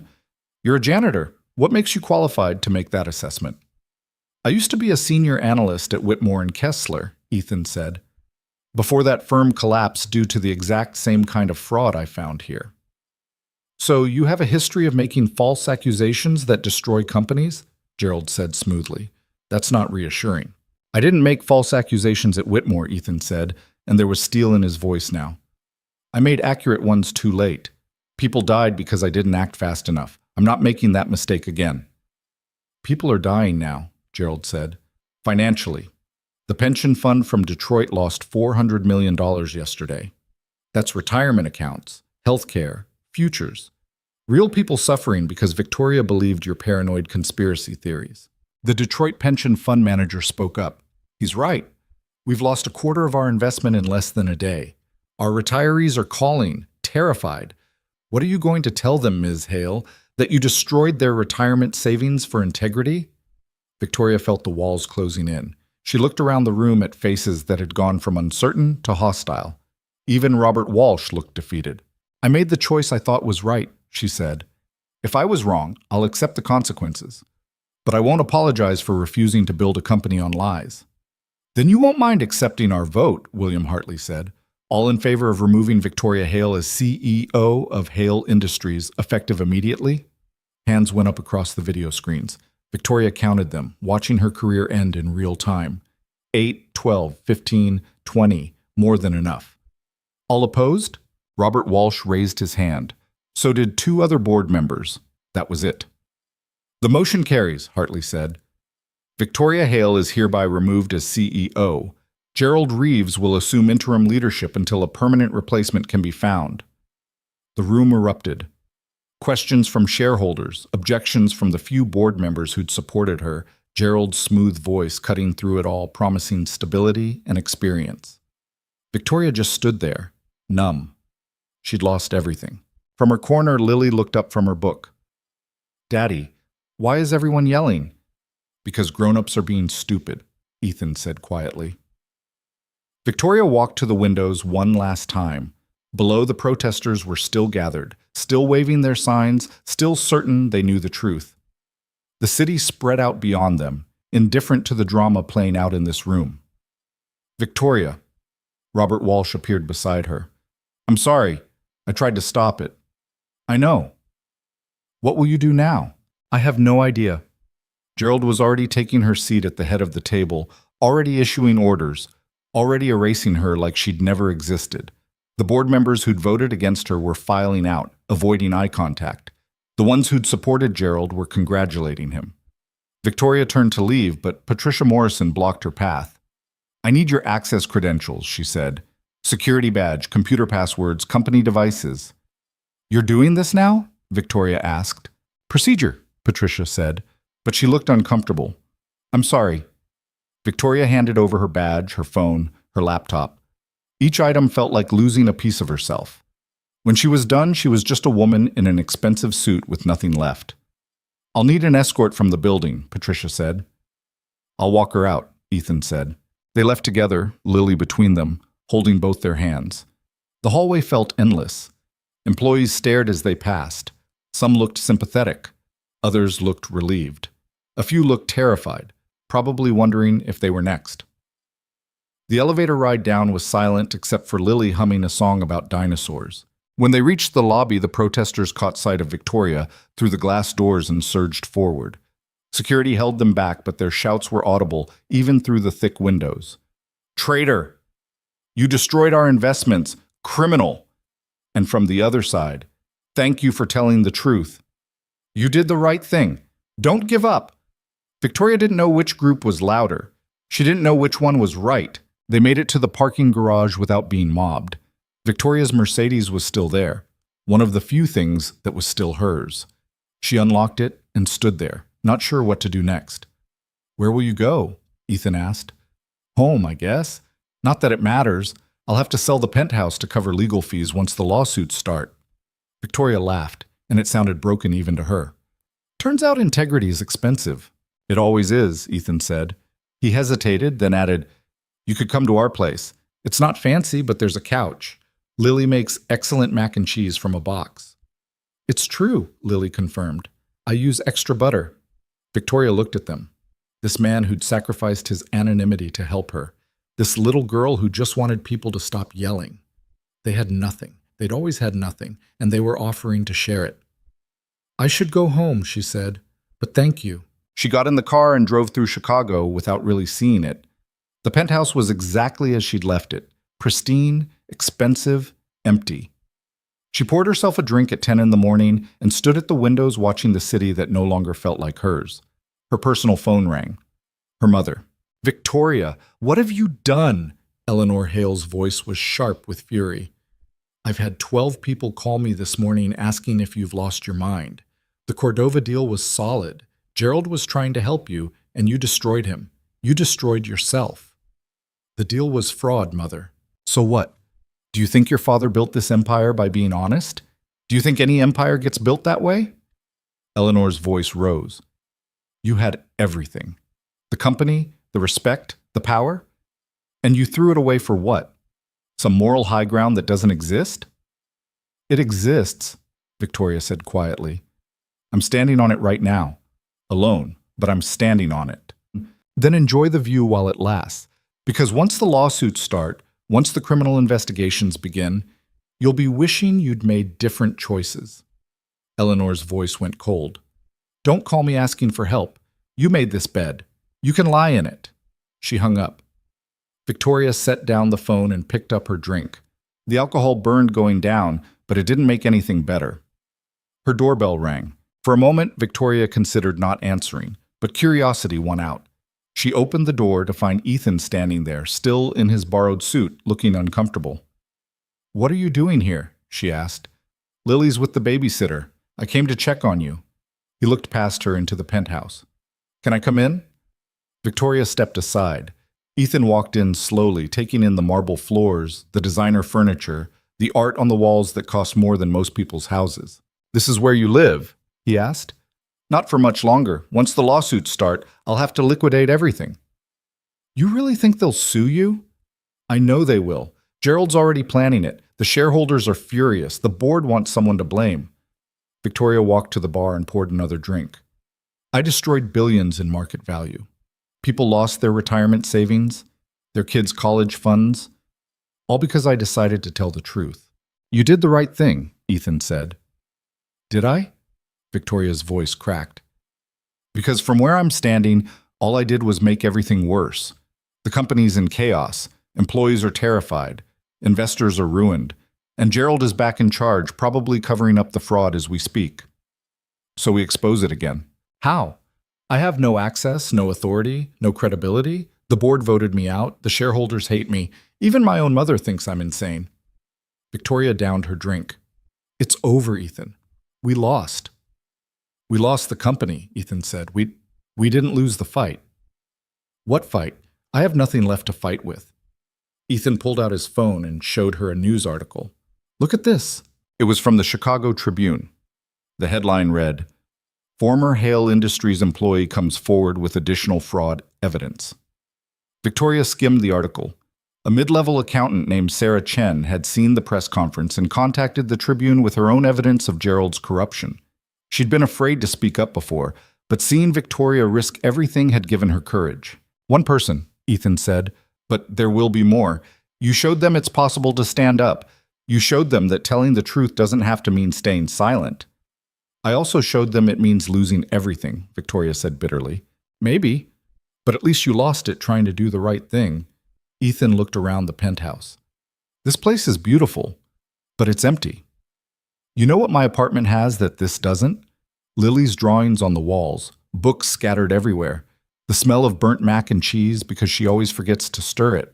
It's messy and chaotic, and it cost me everything I had too, but it's real. Victoria felt tears burning behind her eyes. I don't know how to be real. I've spent my whole life being what people expected. The perfect daughter, the ruthless CEO, the heiress who never makes mistakes. Then maybe it's time to figure out who you are when nobody's watching, Ethan said. The tears came then, hot and fast. Victoria tried to stop them, tried to maintain the composure she'd spent 30 years perfecting, but she couldn't. She'd lost everything, the company, the reputation, the identity she'd built. And underneath it all was just a woman who didn't know who she was supposed to be anymore. Ethan didn't try to comfort her with empty words. He just stood there, solid and present, while she fell apart. When the tears finally stopped, Victoria wiped her face and laughed shakily. Sorry, that was unprofessional. You're not my boss anymore, Ethan said. You don't have to be professional. I don't know how to be anything else. Then learn. He headed for the door, then paused. You asked me yesterday why I risked everything. I told you it was because I'd made the wrong choice before, but that's not the whole truth. What's the rest? I did it because I wanted my daughter to grow up in a world where doing the right thing matters. Where integrity isn't just something people talk about, but something they actually practice. Where standing up to power doesn't mean you're crazy or naive or stupid. Ethan met her eyes. You gave her that world yesterday. You showed her that courage looks like. That's worth more than any company. He left, Victoria stood alone in her empty penthouse, looking out at the city that had chewed her up and spit her out. She thought about Sarah Chen coming forward, about the protesters who'd thanked her, about Lily humming dinosaur songs while grown-ups destroyed each other. Maybe Ethan was right. Maybe losing everything meant she could finally build something real. Her phone rang again. This time it was a number she didn't recognize. Ms. Hale? This is Agent Jennifer Park with the SEC. I'm calling about the fraud allegations at Hale Industries. We'd like to schedule an interview. Victoria took a breath. When? As soon as possible. We've received multiple tips since your press conference. We're opening a full investigation. Into the company or into me? Both, Agent Park said honestly, but mostly into Gerald Reeves and the Cordova merger. Your evidence was compelling. We'd like to see more of it. I don't have access anymore. They fired me this morning. We know. That's actually why we're calling. We'd like your cooperation as a witness. You'd have immunity for anything you report voluntarily. Victoria felt something shift in her chest. Not hope exactly, but possibility. I'll cooperate, she said. Tell me what you need. She spent the rest of the day on the phone with federal investigators, walking them through everything Ethan had found. They asked for documents, for emails, for evidence she no longer had access to. But she told them where to look, who to interview, which shell companies to investigate. By nightfall, she had a headache and her voice was hoarse, but she also had something she hadn't felt in 24 hours. Purpose. The next morning, federal agents raided Hale Industries. They seized computers, froze accounts, interviewed employees. Gerald was arrested trying to board a plane to the Cayman Islands. The news showed him in handcuffs, shouting about false accusations and witch hunts. Victoria watched it from a coffee shop in a neighborhood she'd never visited before, wearing jeans and a sweater instead of Armani, drinking mediocre coffee from a paper cup. Her phone buzzed, a text from Ethan. Saw the news, told you it wasn't over. She smiled and typed back. Want to grab lunch? I'm buying, or I would be if I still had money. Lily wants to show you her rock collection, says you seem sad and rocks make everything better. She might be right. She usually is. Victoria finished her coffee and walked out into the Chicago morning. The city looked different from street level, messier, louder, more alive. People rushed past her without recognition. Nobody cared that she used to be powerful. Nobody cared that she'd lost everything. For the first time in her life, that felt like freedom. She took the train to Ethan's neighborhood. Her Mercedes had been repossessed that morning along with most of her other assets. The apartment looked smaller in daylight, but Lily's enthusiasm made it feel bigger. Look at this one. She held up a chunk of limestone. I found it by the lake. And this one is quartz. And this one I don't know what it is, but it's shiny.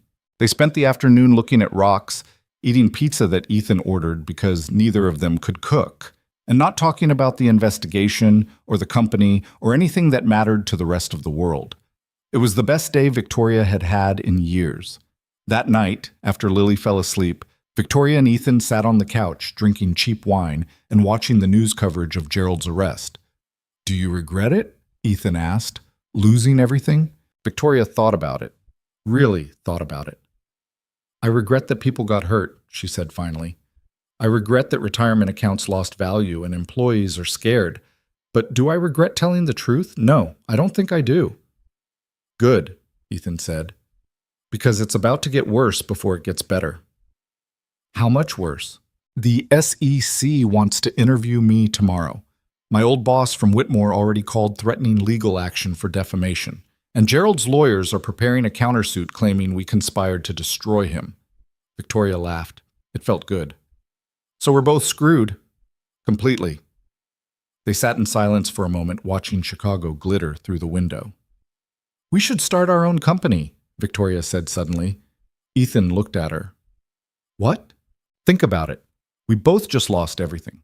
We're both facing lawsuits. We're both probably unemployable in traditional finance. So why not build something new? Something that actually matters. With what money? I still have some assets they can't touch. Trust funds, investments my father set up years ago. It's not billions, but it's enough to start. Victoria sat up, feeling energy returning. We could create an investment firm that actually helps people instead of exploiting them. Focus on protecting workers, preserving jobs, building sustainable businesses. That's not profitable, Ethan said. Says who? Gerald? My father? The same people who built empires on fraud?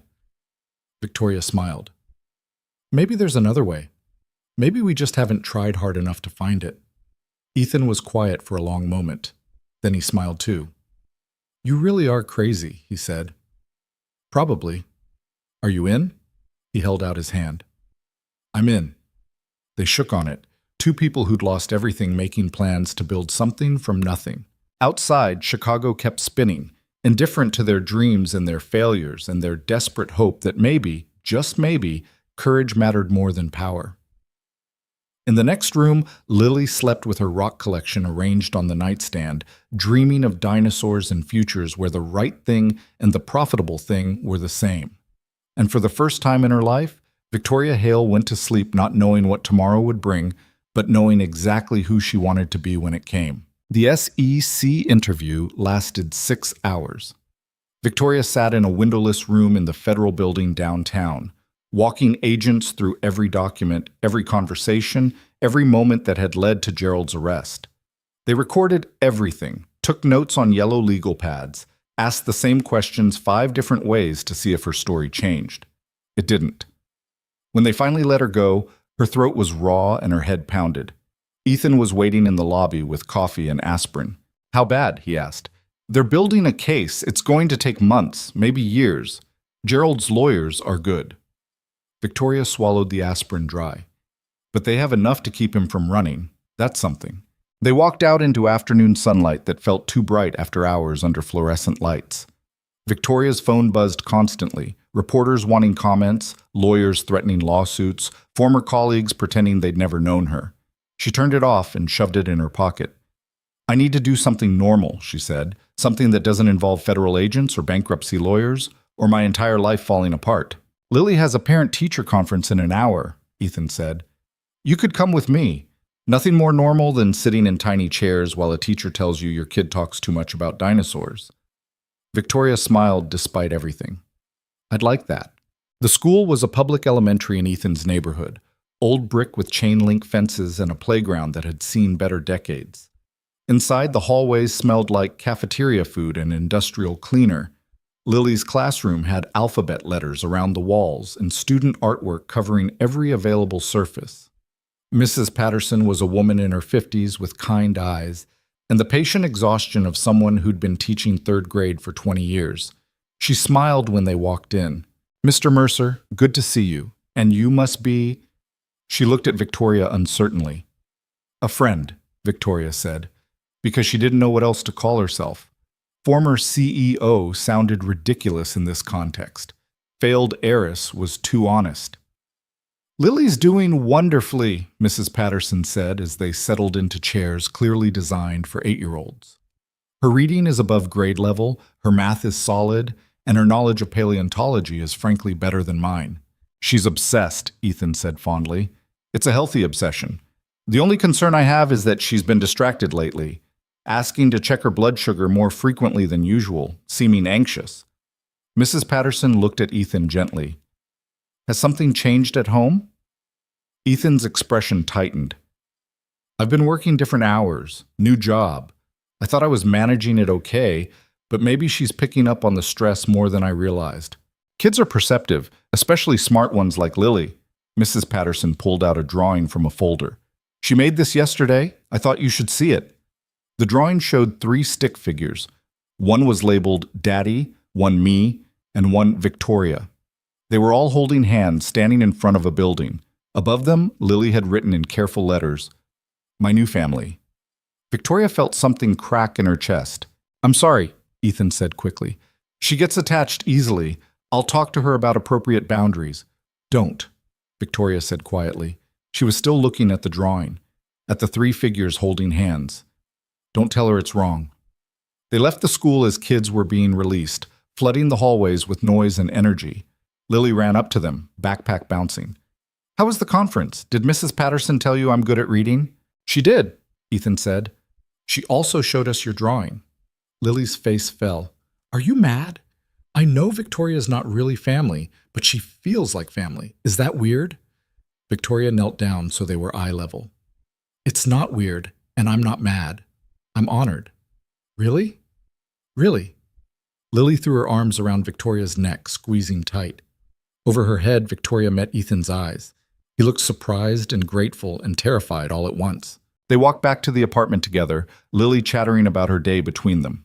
When they got home, Victoria helped her with homework while Ethan started dinner, spaghetti that he somehow managed to both overcook and undercook simultaneously. They ate it anyway, laughing about the crunchy, soft texture, and Victoria couldn't remember the last time food had tasted this good. After Lily went to bed, Victoria and Ethan spread paperwork across the coffee table. Birth certificate for the new company, business license applications, articles of incorporation. Starting a business was harder than Victoria had thought, and she'd literally been born into one. "We need a name," Ethan said, staring at the blank form. "Something that doesn't sound like every other investment firm," Victoria said. "No capital, or holdings, or partners. How about two broke people with terrible ideas?" Victoria laughed. "Accurate, but not marketable." They brainstormed for an hour, rejecting everything that sounded too corporate or too precious. Finally, Victoria said, "Mercer Hale Ventures." Ethan looked up. "Using our names? That's pretty traditional." "It's honest. We're not hiding who we are or where we came from. We're two people who lost everything and decided to build something better." Victoria filled in the name on the form. "Plus, it sounds like a law firm. Lawyers are boring enough to be trustworthy." "You really want your name attached to this, after everything that's happened?" "Especially after everything that's happened. I'm not ashamed of what I did. Are you?" Ethan smiled. "Not even a little." They filed the paperwork the next morning. By afternoon, Mercer Hale Ventures officially existed. They had no office, no clients, and barely enough capital to last 6 months if they were careful. But they had something Victoria had never had before, a purpose that felt clean. The first week was brutal. Victoria's remaining assets were tied up in legal battles. 3 different law firms were suing her on behalf of Hale Industries shareholders. Her mother refused to take her calls. Former colleagues crossed the street to avoid her. The only job offers she got were from tabloid shows wanting her to trash Gerald on camera. She turned them all down. Ethan faced his own challenges. His old boss from Whitmore and Kessler filed a defamation suit, claiming Ethan had slandered the firm by comparing it to Hale Industries. The case had no merit, but defending it cost money they didn't have. And every news story about the Hale Industries scandal mentioned Ethan as the disgraced analyst turned janitor who'd brought everything crashing down. "We're toxic," Victoria said one night, reading yet another article painting them as conspiracy theorists who'd destroyed a stable company. "No one's going to trust us with their money." "Then we find people who don't read the news," Ethan said. He was right, but Victoria had no idea where to start. Her entire network had evaporated. The people she'd known for years wouldn't return her calls. The investors who'd courted her now treated her like a pariah. The breakthrough came from an unexpected source. Victoria was at a coffee shop in Ethan's neighborhood. She'd been spending more time there than at her nearly empty penthouse, when a woman approached her table. "Ms. Hale? I'm sorry to bother you, but I wanted to thank you." Victoria looked up. The woman was maybe 40, wearing scrubs like she'd just come from a hospital shift. "Thank me for what?" "For stopping that merger. I'm a nurse at Northwestern. My retirement account was invested in Hale Industries. When you announced the fraud, the stock crashed, and I lost about $30,000. The woman smiled. "But my brother works at the Detroit Logistics Center. He would have lost his job if that deal went through. So, yeah, I lost money. But he kept his livelihood. That's worth more."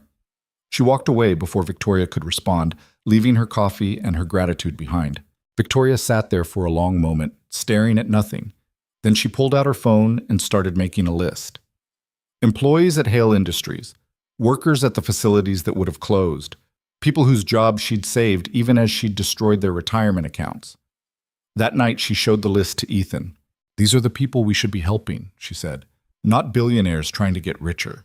Real people trying to build stable lives. What if we created a fund specifically for them? Small business loans, emergency savings, education costs, things that actually matter." "That's not how investment firms work," Ethan said. "Then we'll make it work differently." They spent the next month building their model. Instead of chasing maximum returns, they'd focus on sustainable growth. Instead of funding corporate mergers, they'd support small businesses and worker-owned cooperatives. Instead of extracting value, they'd invest in communities. It was naive. It was idealistic. It probably wouldn't work. But they tried anyway. Their first client was a woman named Maria Rodriguez, who ran a small manufacturing business on the South Side. She made custom furniture, employed 15 people, and was about to lose everything because her bank had called in a loan early. "I've been to 6 investors," she told Victoria and Ethan, sitting in the cramped office they'd rented above a laundromat. They all said the same thing: too small, too risky, not enough growth potential. One guy actually laughed at me. Victoria looked at her business plan. The numbers were tight but honest. The projections were conservative. And the impact, 15 families who depended on those jobs, was real. "We'll fund it," Victoria said. Maria blinked. "Just like that?" "Just like that. But we have conditions. You keep your employees, you maintain their benefits. And if you ever face financial trouble again, you call us first. We're partners now." Maria started crying. "I don't understand. Why would you help me? Everyone says you're crazy, that you destroyed $1 billion company for no reason." "I destroyed it for exactly this reason," Victoria said. "So people like you don't get crushed by people like I used to be." They funded Maria with the last of Victoria's liquid assets. It was a risk. If she failed, they'd have nothing left. But she didn't fail. Within 3 months, Maria's business was stable. Within 6, she'd hired 3 more workers. Within 9, she was turning a profit that let her start paying back the loan early. Word spread. Slowly at first, then faster. Other small business owners started calling. Workers who'd been laid off and wanted to start cooperatives. Families trying to save local stores from corporate buyouts. One by one, Mercer Hale Ventures funded them. Not all of them succeeded. A bakery in Pilsen closed after 8 months. A tech startup in Evanston burned through their investment and folded. Each failure hurt, but they learned from them, got better at identifying which businesses had real potential versus which were built on hope alone. The financial returns were modest. Victoria was living in a studio apartment now, her penthouse sold to cover legal fees. Ethan still worked nights sometimes when money was tight. They weren't getting rich, but they were building something real. 6 months after starting Mercer Hale Ventures, Victoria got a call from Robert Walsh. "I need to see you," he said. "It's important." They met at a diner far from downtown, away from places where they might be recognized. Robert looked older than he had at the shareholder meeting, grayer and more tired. "The SEC finished their investigation," he said without preamble. "Gerald's going to prison. 10 years, maybe more. Marcus Chen, too. About 15 other executives are facing charges." "Good," Victoria said. "The company's in shambles. Stock price is half what it was before all this started. We've had 3 CEOs in 6 months, and none of them can stop the bleeding." Robert stirred his coffee without drinking it. "The board wants you back." Victoria laughed. "You're joking." "I'm not. They finally understand that you were right, that the fraud was real, that Gerald was destroying the company from the inside. They want you to come back and fix it.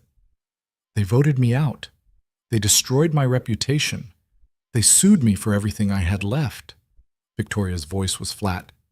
"And now they want me back because they can't find anyone else willing to clean up their mess?" "Yes," Robert said simply. "I know it's unfair. I know you have every right to tell us to go to hell. But those 3,000 employees you saved, they still need jobs. The company still needs leadership. And whether you like it or not, you're the only person who can salvage this." Victoria sat back, looking at this man who'd known her since childhood. "What makes you think I'd even want to go back?" "Because I know you. You don't give up on things. You don't abandon people who need help." Robert finally met her eyes. "And because the board is prepared to give you full control, no oversight, no interference. You'd have complete authority to restructure the company however you see fit." It was everything Victoria had lost: power, prestige, the ability to make change on a massive scale. She could go back to her old life, reclaim her throne, prove to everyone who doubted her that she'd been right all along. But when she thought about it, really thought about it, all she felt was tired. "No," she said. Robert looked shocked. "Victoria, oh."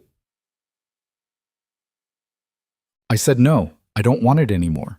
She stood up, pulling money from her wallet for the coffee. "I'm building something different now, something that actually matters. Going back would mean returning to a world where profit is the only goal and people are just numbers on spreadsheets. I'm done with that world. What about the employees, the people who depend on that company? Put someone in charge who actually cares about them. Give them board seats. Let them have a say in decisions that affect their lives. Victoria smiled. Or better yet, turn it into a worker cooperative. Let the people who actually create the value share in the profits. That's insane. No major corporation has ever... Then maybe it's time one did. Victoria headed for the door, then paused. You asked me to come back because the company needs leadership. But what it really needs is a revolution. I can't give you that from a corner office. But maybe the workers can. She left Robert sitting in the diner, staring at his cold coffee, trying to understand how the woman who'd fought so hard to run Hale Industries could walk away from it so easily. The truth was, it wasn't easy. That night, Victoria lay awake thinking about what she'd given up. Not just today, but over the past 6 months. The power, the money, the life she'd been raised to want. Some part of her still grieved for it. But when morning came and she met Ethan at their tiny office above the laundromat, when she reviewed loan applications from people trying to build honest businesses, when she saw the impact they were making one family at a time, the grief faded. This was harder than running Hale Industries had ever been. The returns were smaller, the victories were quieter.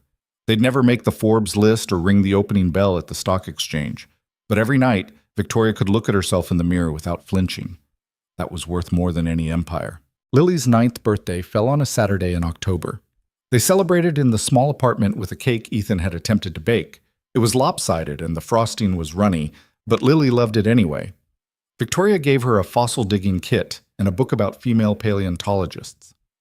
So you can see that women discover dinosaurs too, Victoria said. Lily threw her arms around Victoria's waist. You're my favorite person who's not my dad. You're my favorite person who's not your dad too, Victoria said, and meant it. Later, after Lily fell asleep surrounded by new dinosaur toys, Victoria and Ethan sat on the couch drinking wine and watching the city lights through the window. I got another offer today, Victoria said. Investment bank in New York, 7 figures. They want someone with my experience who's not afraid of taking risks. Ethan went very still. Are you going to take it? Are you kidding? I'd have to wear suits again and work with people who use synergy unironically. Victoria smiled.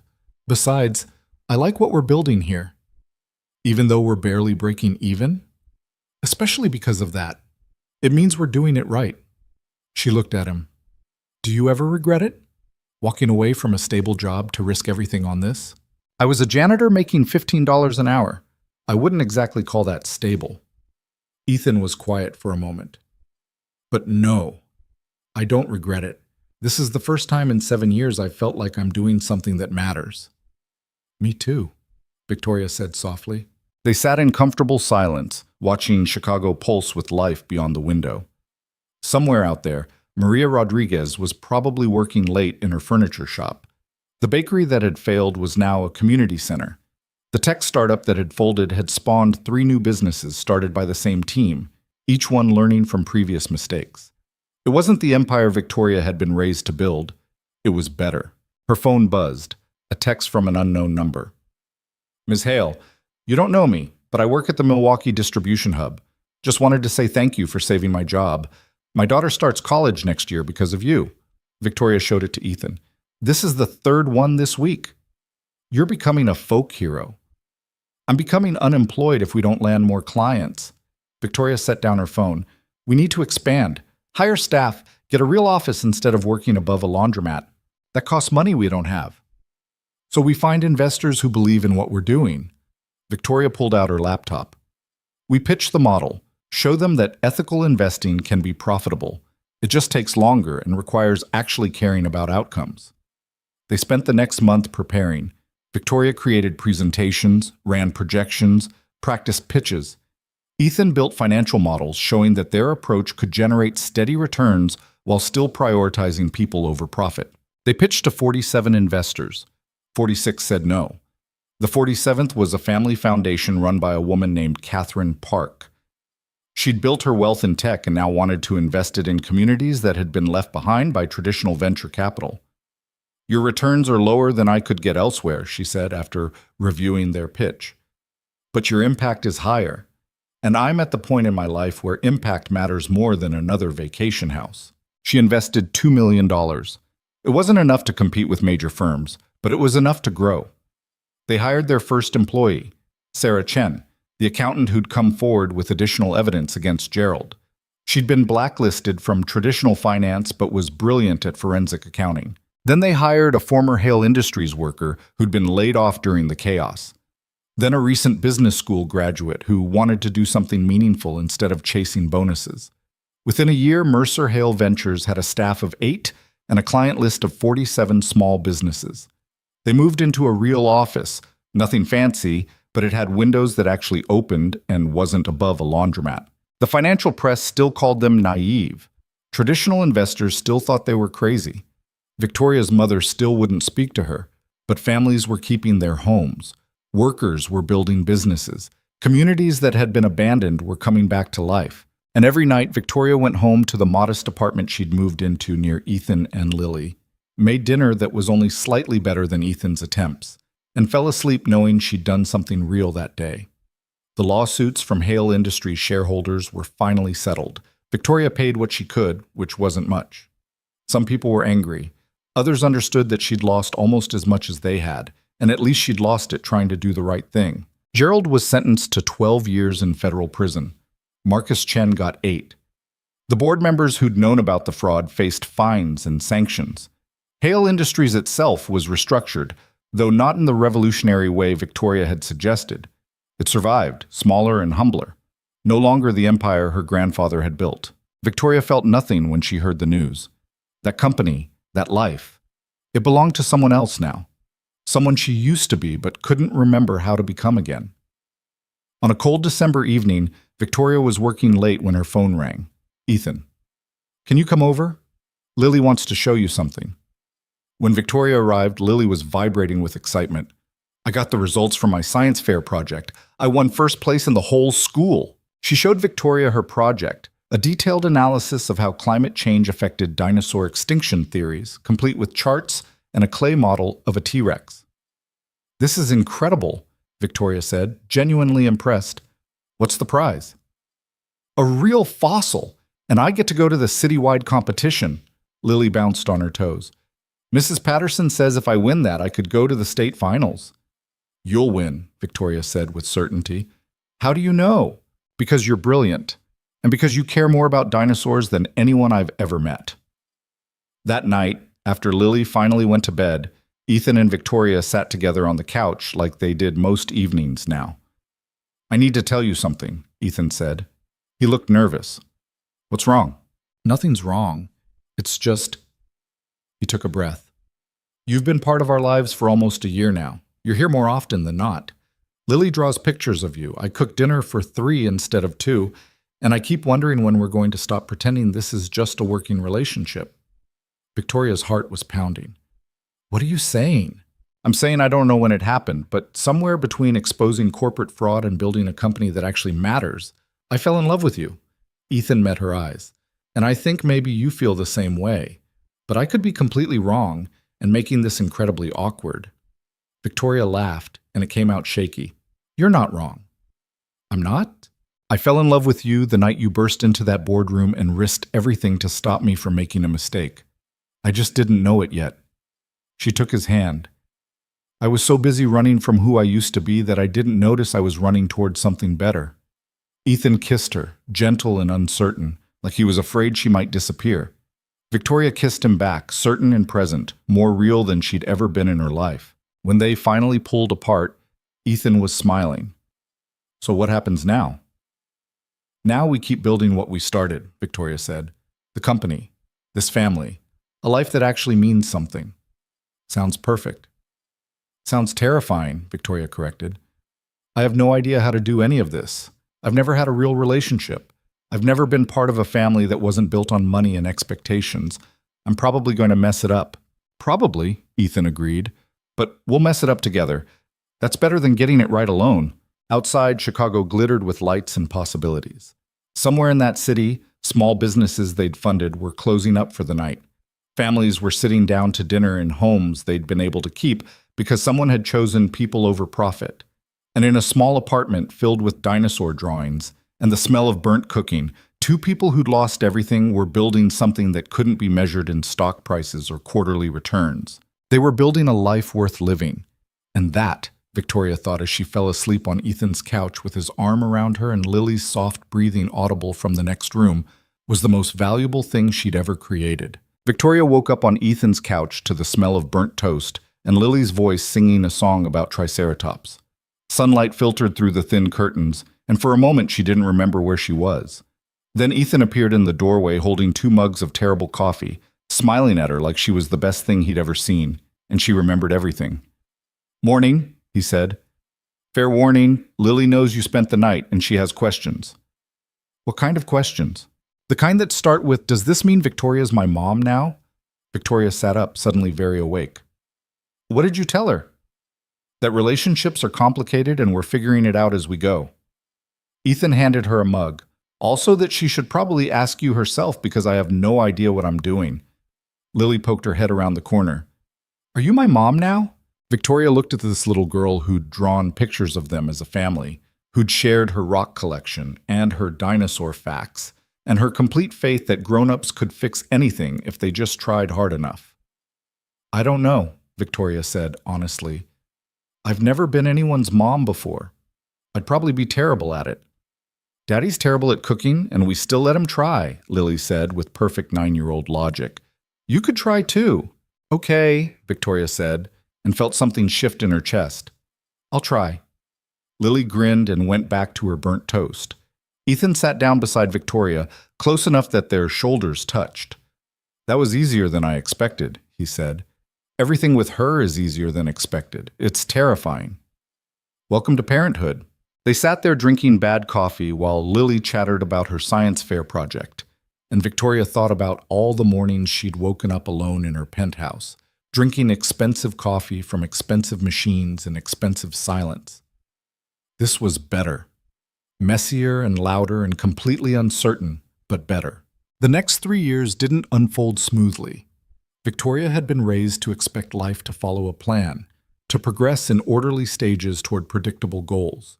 But real life, she discovered, was chaos held together by effort and hope and the willingness to keep trying even when everything fell apart.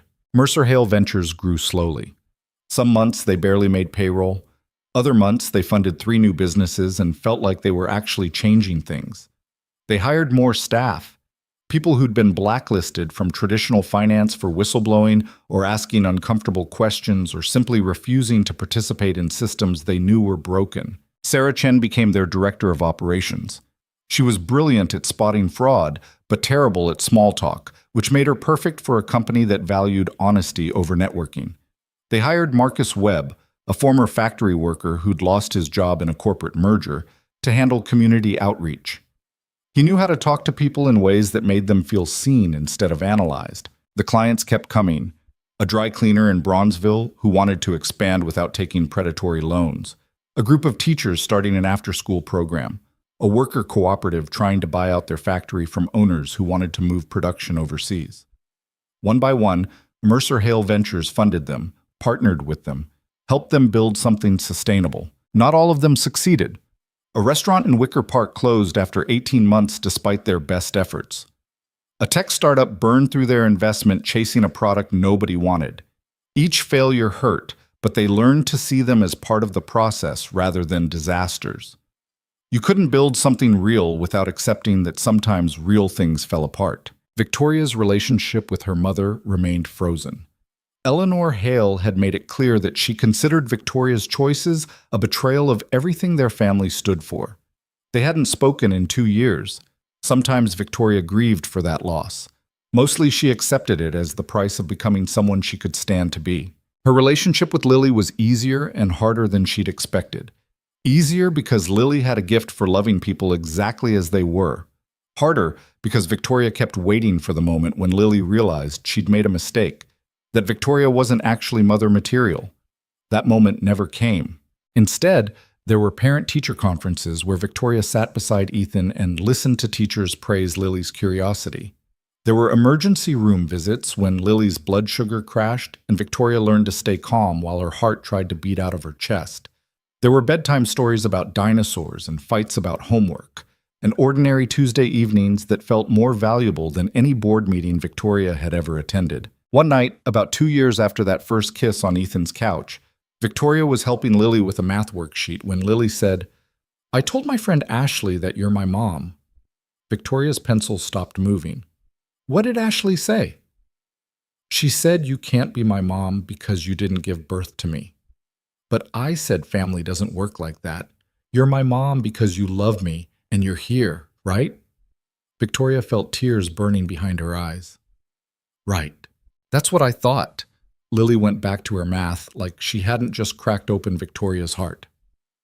"Can you help me with number 7? I don't get fractions." Victoria helped with the fractions, her voice steady even though her hands were shaking. Later, after Lily fell asleep, she told Ethan what had happened. "She called me her mom," Victoria said. "Just like that, like it was obvious." "To her it is obvious," Ethan said. "You show up, you care. You're here even when it's hard. That's what makes someone a parent." "I'm still terrified I'm going to mess her up." "Join the club. I've been terrified of that since the day she was born." Ethan pulled Victoria closer. "But being terrified doesn't mean we're doing it wrong. It means we care enough to worry." Victoria and Ethan got married on a Saturday in May in a small ceremony at the office of Mercer Hale Ventures. The guest list was 30 people. Their employees, a few clients who'd become friends, Lily's teacher, Mrs. Patterson, and Robert Walsh, who'd stayed in touch despite everything. Victoria wore a dress she'd bought off the rack for $200. Ethan wore the same suit he'd worn to their first board meeting, properly tailored now. Lily was the flower girl and took her job so seriously that she counted each petal she dropped to make sure they were evenly distributed. There was no live band, no ice sculptures, no 7-course meal. They ordered pizza, and someone's cousin who played guitar sang 3 songs. It was nothing like the wedding Victoria had always imagined she'd have. It was perfect. "I can't believe you married a janitor," Victoria's mother had said in the one phone call she'd made, her voice dripping with disdain before hanging up. Victoria could believe it. Ethan was the first person who'd ever seen her as something more than a name and a bank account.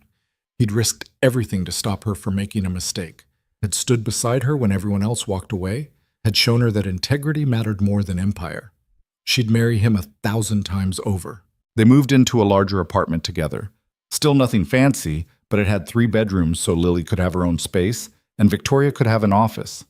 The walls filled up with more of Lily's drawings, photos from their wedding, a fossil Lily had found on a field trip that she swore was definitely from a dinosaur, even though it was probably just a rock. It looked nothing like Victoria's old penthouse, with its minimalist design and expensive art. It looked like a home. Mercer Hale Ventures hit a major milestone in their 3rd year. One of their earliest investments, Maria Rodriguez's furniture company, was featured in a national magazine as an example of ethical business practices. Orders flooded in. Maria expanded, hired 20 more workers, and paid back her loan in full. "I couldn't have done this without you," Maria told Victoria when she delivered the final payment. "You took a chance on me when no one else would." "You did the work," Victoria said. "We just gave you the opportunity." "You gave me more than that. You gave me hope that there were still people in business who cared about more than profit." Maria smiled. "That's worth more than any investment."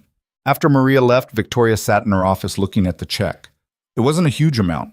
Their loans were small compared to traditional venture capital, but it represented something bigger. Proof that their model worked, that you could invest in people and still build something sustainable. She called Ethan into her office and showed him. "We should celebrate," he said. "We should reinvest it," Victoria countered.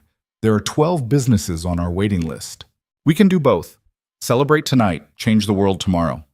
They celebrated by taking Lily to a museum that had a new paleontology exhibit. Lily spent 3 hours examining every fossil, reading every plaque, asking questions that even the museum staff couldn't answer. Watching her face light up with wonder, Victoria understood something she'd never grasped before. Success wasn't about building the biggest empire or making the most money or having your name on the tallest building. It was about moments like this. A kid getting to be curious, a family being together, choices that made the world slightly less cruel.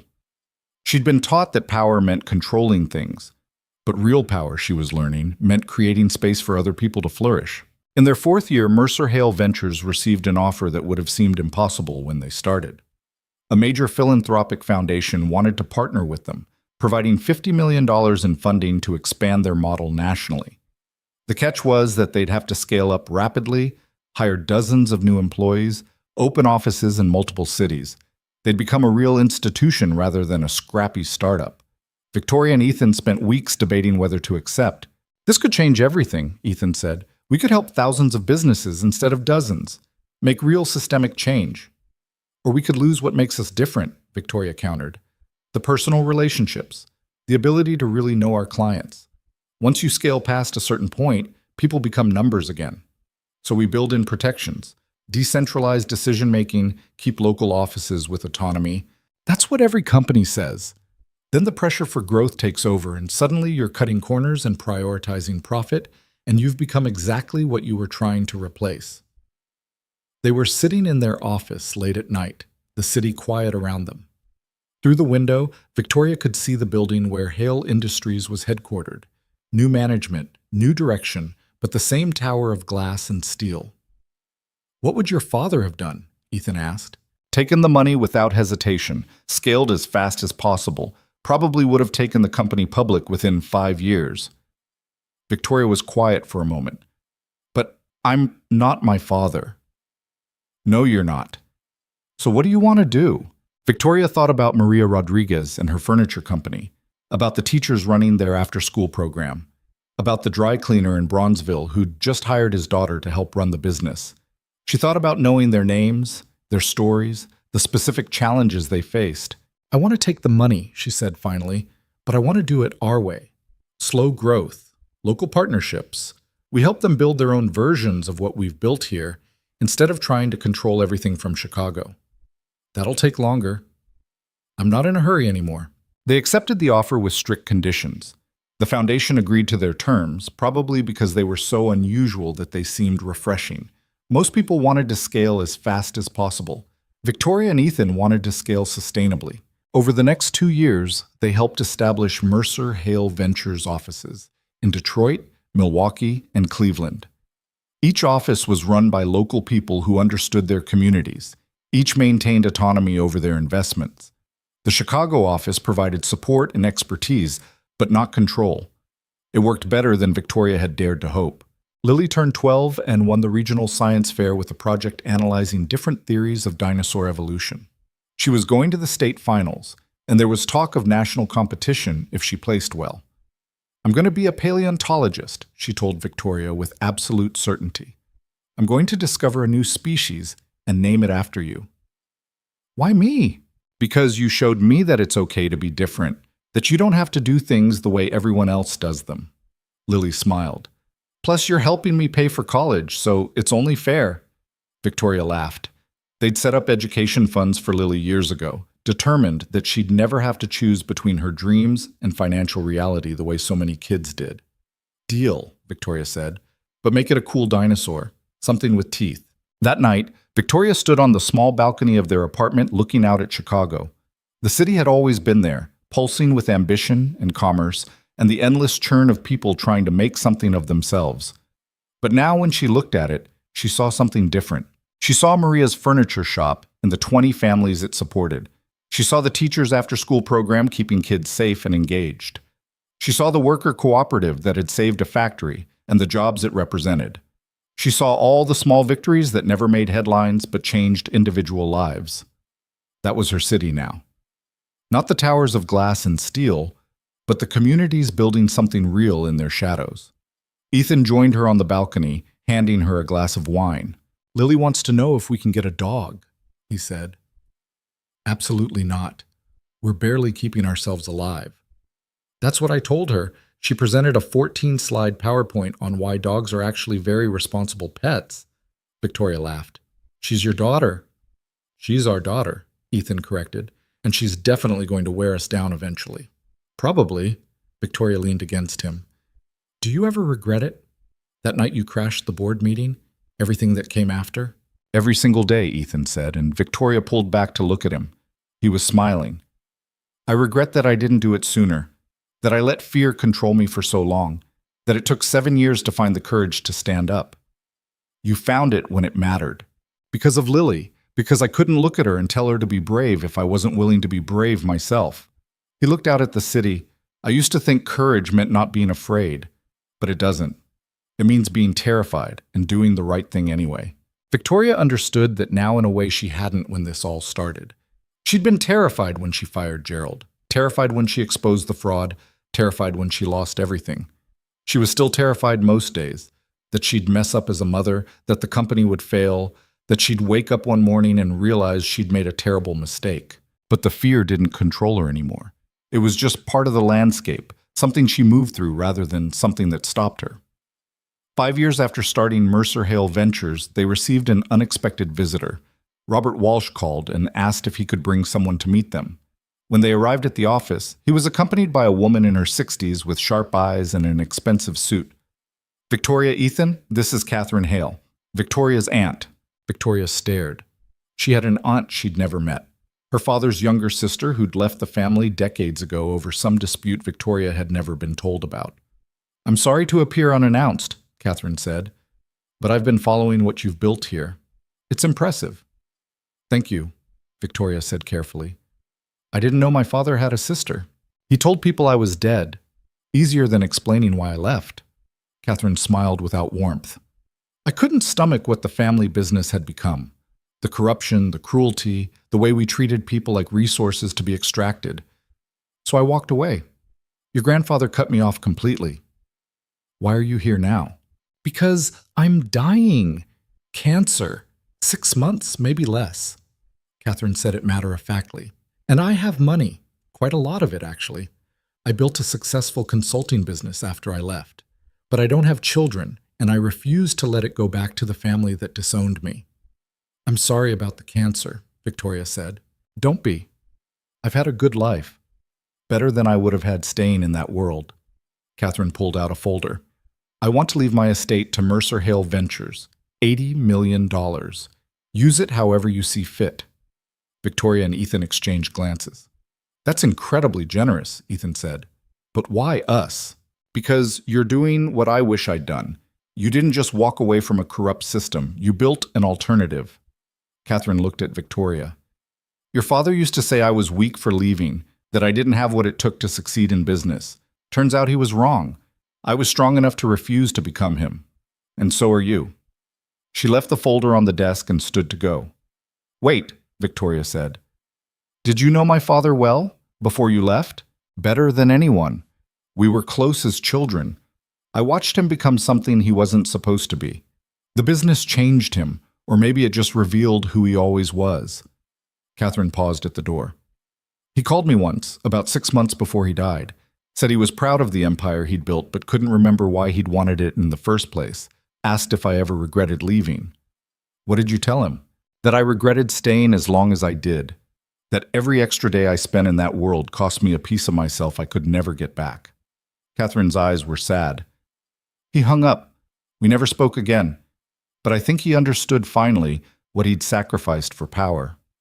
After she left, Victoria sat staring at the folder containing more money than they'd raised in 5 years of operation. "This changes everything," Ethan said. "It doesn't have to change anything," Victoria said. "We keep doing what we're doing. We just do more of it." "What about you?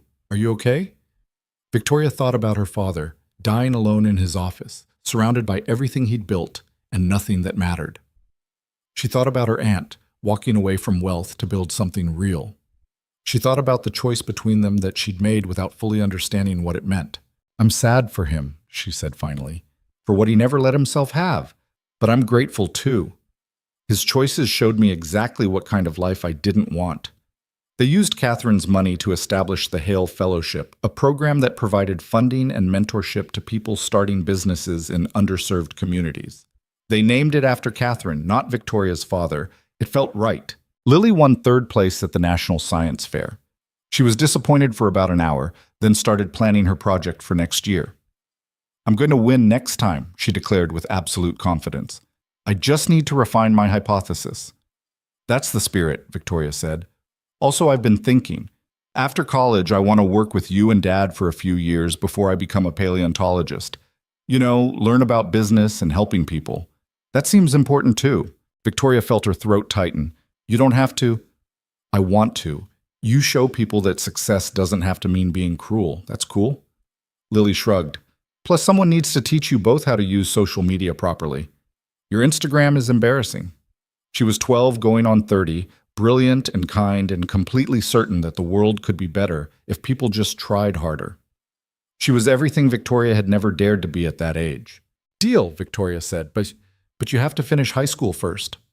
Obviously, Lily said, rolling her eyes. The years continued to unfold. Some good, some hard, all of them real in a way Victoria's old life had never been. Mercer Hale Ventures expanded to 12 cities. They funded over 300 businesses. Not all of them succeeded, but most did. And even the ones that failed left the founders better off than they'd been, equipped with knowledge, connections, and the understanding that someone had believed in them. Victoria's mother died without them ever reconciling. Victoria attended the funeral and felt sad, but not guilty. She'd tried. Eleanor had chosen her empire over her daughter, and that was a choice Victoria had to accept even if she couldn't understand it. The estate went to various charities, none of which Victoria had selected. Eleanor's final message was clear.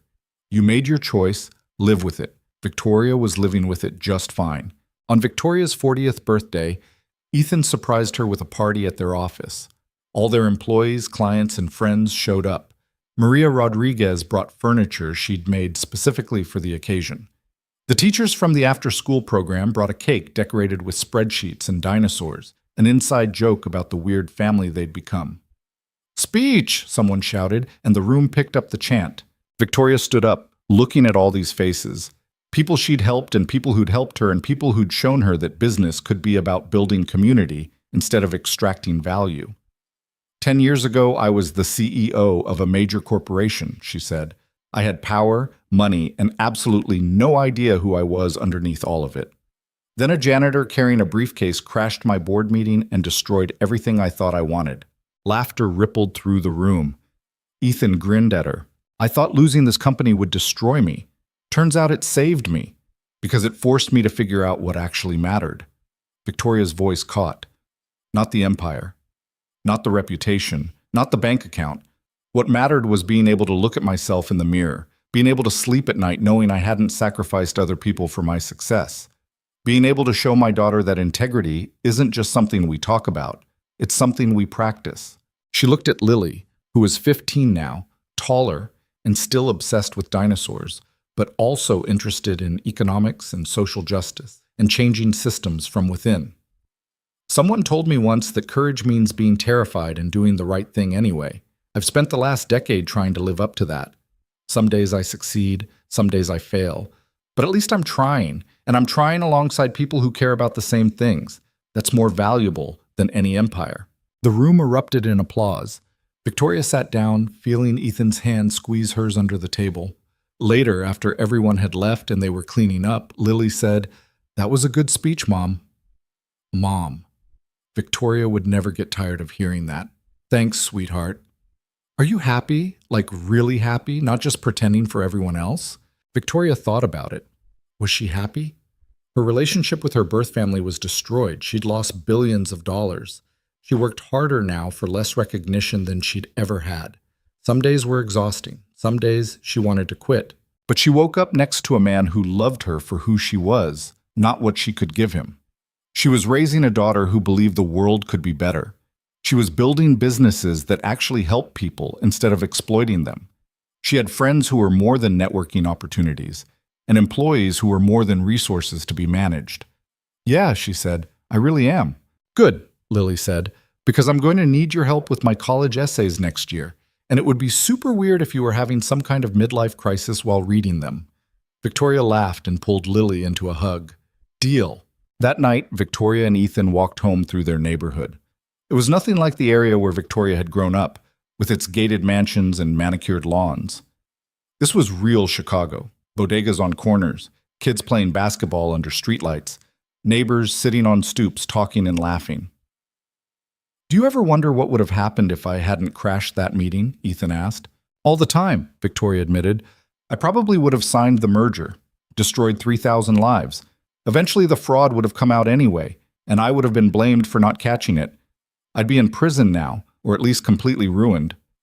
But you wouldn't have met me. Exactly. So really you saved me twice. Once from the merger, and once from a life without you and Lily. They walked in comfortable silence for a while. Then Ethan said, I have a confession. What? That night I crashed the meeting? I almost didn't do it. I stood outside the building for 20 minutes trying to convince myself it wasn't my problem, that I should just go home, hug my daughter, and forget what I'd found. What changed your mind? I thought about what I'd tell Lily if she asked me someday why I didn't try to stop it, and I couldn't come up with an answer that wouldn't make me ashamed. Ethan squeezed her hand. Turns out the hardest choices are the ones where you have to decide what kind of person you want to be. Everything else is just details. Victoria understood that now. The question wasn't whether to choose integrity over profit. That was easy in theory. The hard part was choosing it when it cost you everything, when everyone told you that you were wrong, when the easier path was right there waiting. She'd made that choice.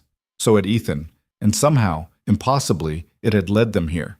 They reached their building and climbed the stairs to their apartment.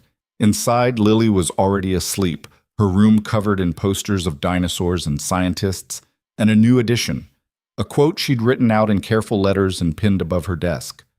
Courage isn't the absence of fear, it's being terrified and doing the right thing anyway. Victoria stood in the doorway watching her daughter sleep, this person she'd somehow become responsible for helping shape into a human being. She still didn't know if she was doing it right. She probably wasn't. But she was trying, and maybe that was enough. In the living room, framed photographs covered one wall. Their wedding day. Lily's science fair victories. The opening of their first office outside Chicago. Maria Rodriguez cutting the ribbon at her expanded factory. Random moments that wouldn't matter to anyone else but meant everything to them. This was success, Victoria thought. Not the corner office, or the stock price, or the mansion with too many empty rooms. This. A life built on choices that let you sleep at night. Work that actually helped people. A family cobbled together from courage and circumstance, and the willingness to keep showing up. Ethan came up behind her and wrapped his arms around her waist. What are you thinking about? He asked. About how my father spent his whole life building an empire and died alone, and how I lost that empire and gained everything that actually matters. No regrets? Victoria thought about her penthouse, her power, her position at the top of a world that valued money over humanity. She thought about the life she could have had if she'd chosen differently. Not one, she said, and she meant it, because in the end, this was the truth she'd learned. Empires crumbled, stock prices fluctuated, reputations rose and fell. But the person you became, the choices you made when no one was watching, the courage you found to stand up even when it cost everything, that lasted. Her father had taught her to value power. Gerald had taught her that loyalty could be bought. Her mother had taught her that family was a transaction. But Ethan had taught her that integrity mattered. Lily had taught her that love didn't have to be earned. And together, they'd taught her that losing everything could be the first step toward finding what actually mattered. That night, Victoria fell asleep in a modest apartment in a neighborhood she'd never have visited in her old life, beside a man who'd once cleaned her floors, thinking about the daughter sleeping in the next room who wanted to dig up dinosaur bones and change the world. She'd lost billions of dollars. She'd sacrificed her reputation. She'd destroyed the empire her family had spent generations building. And she'd never been richer.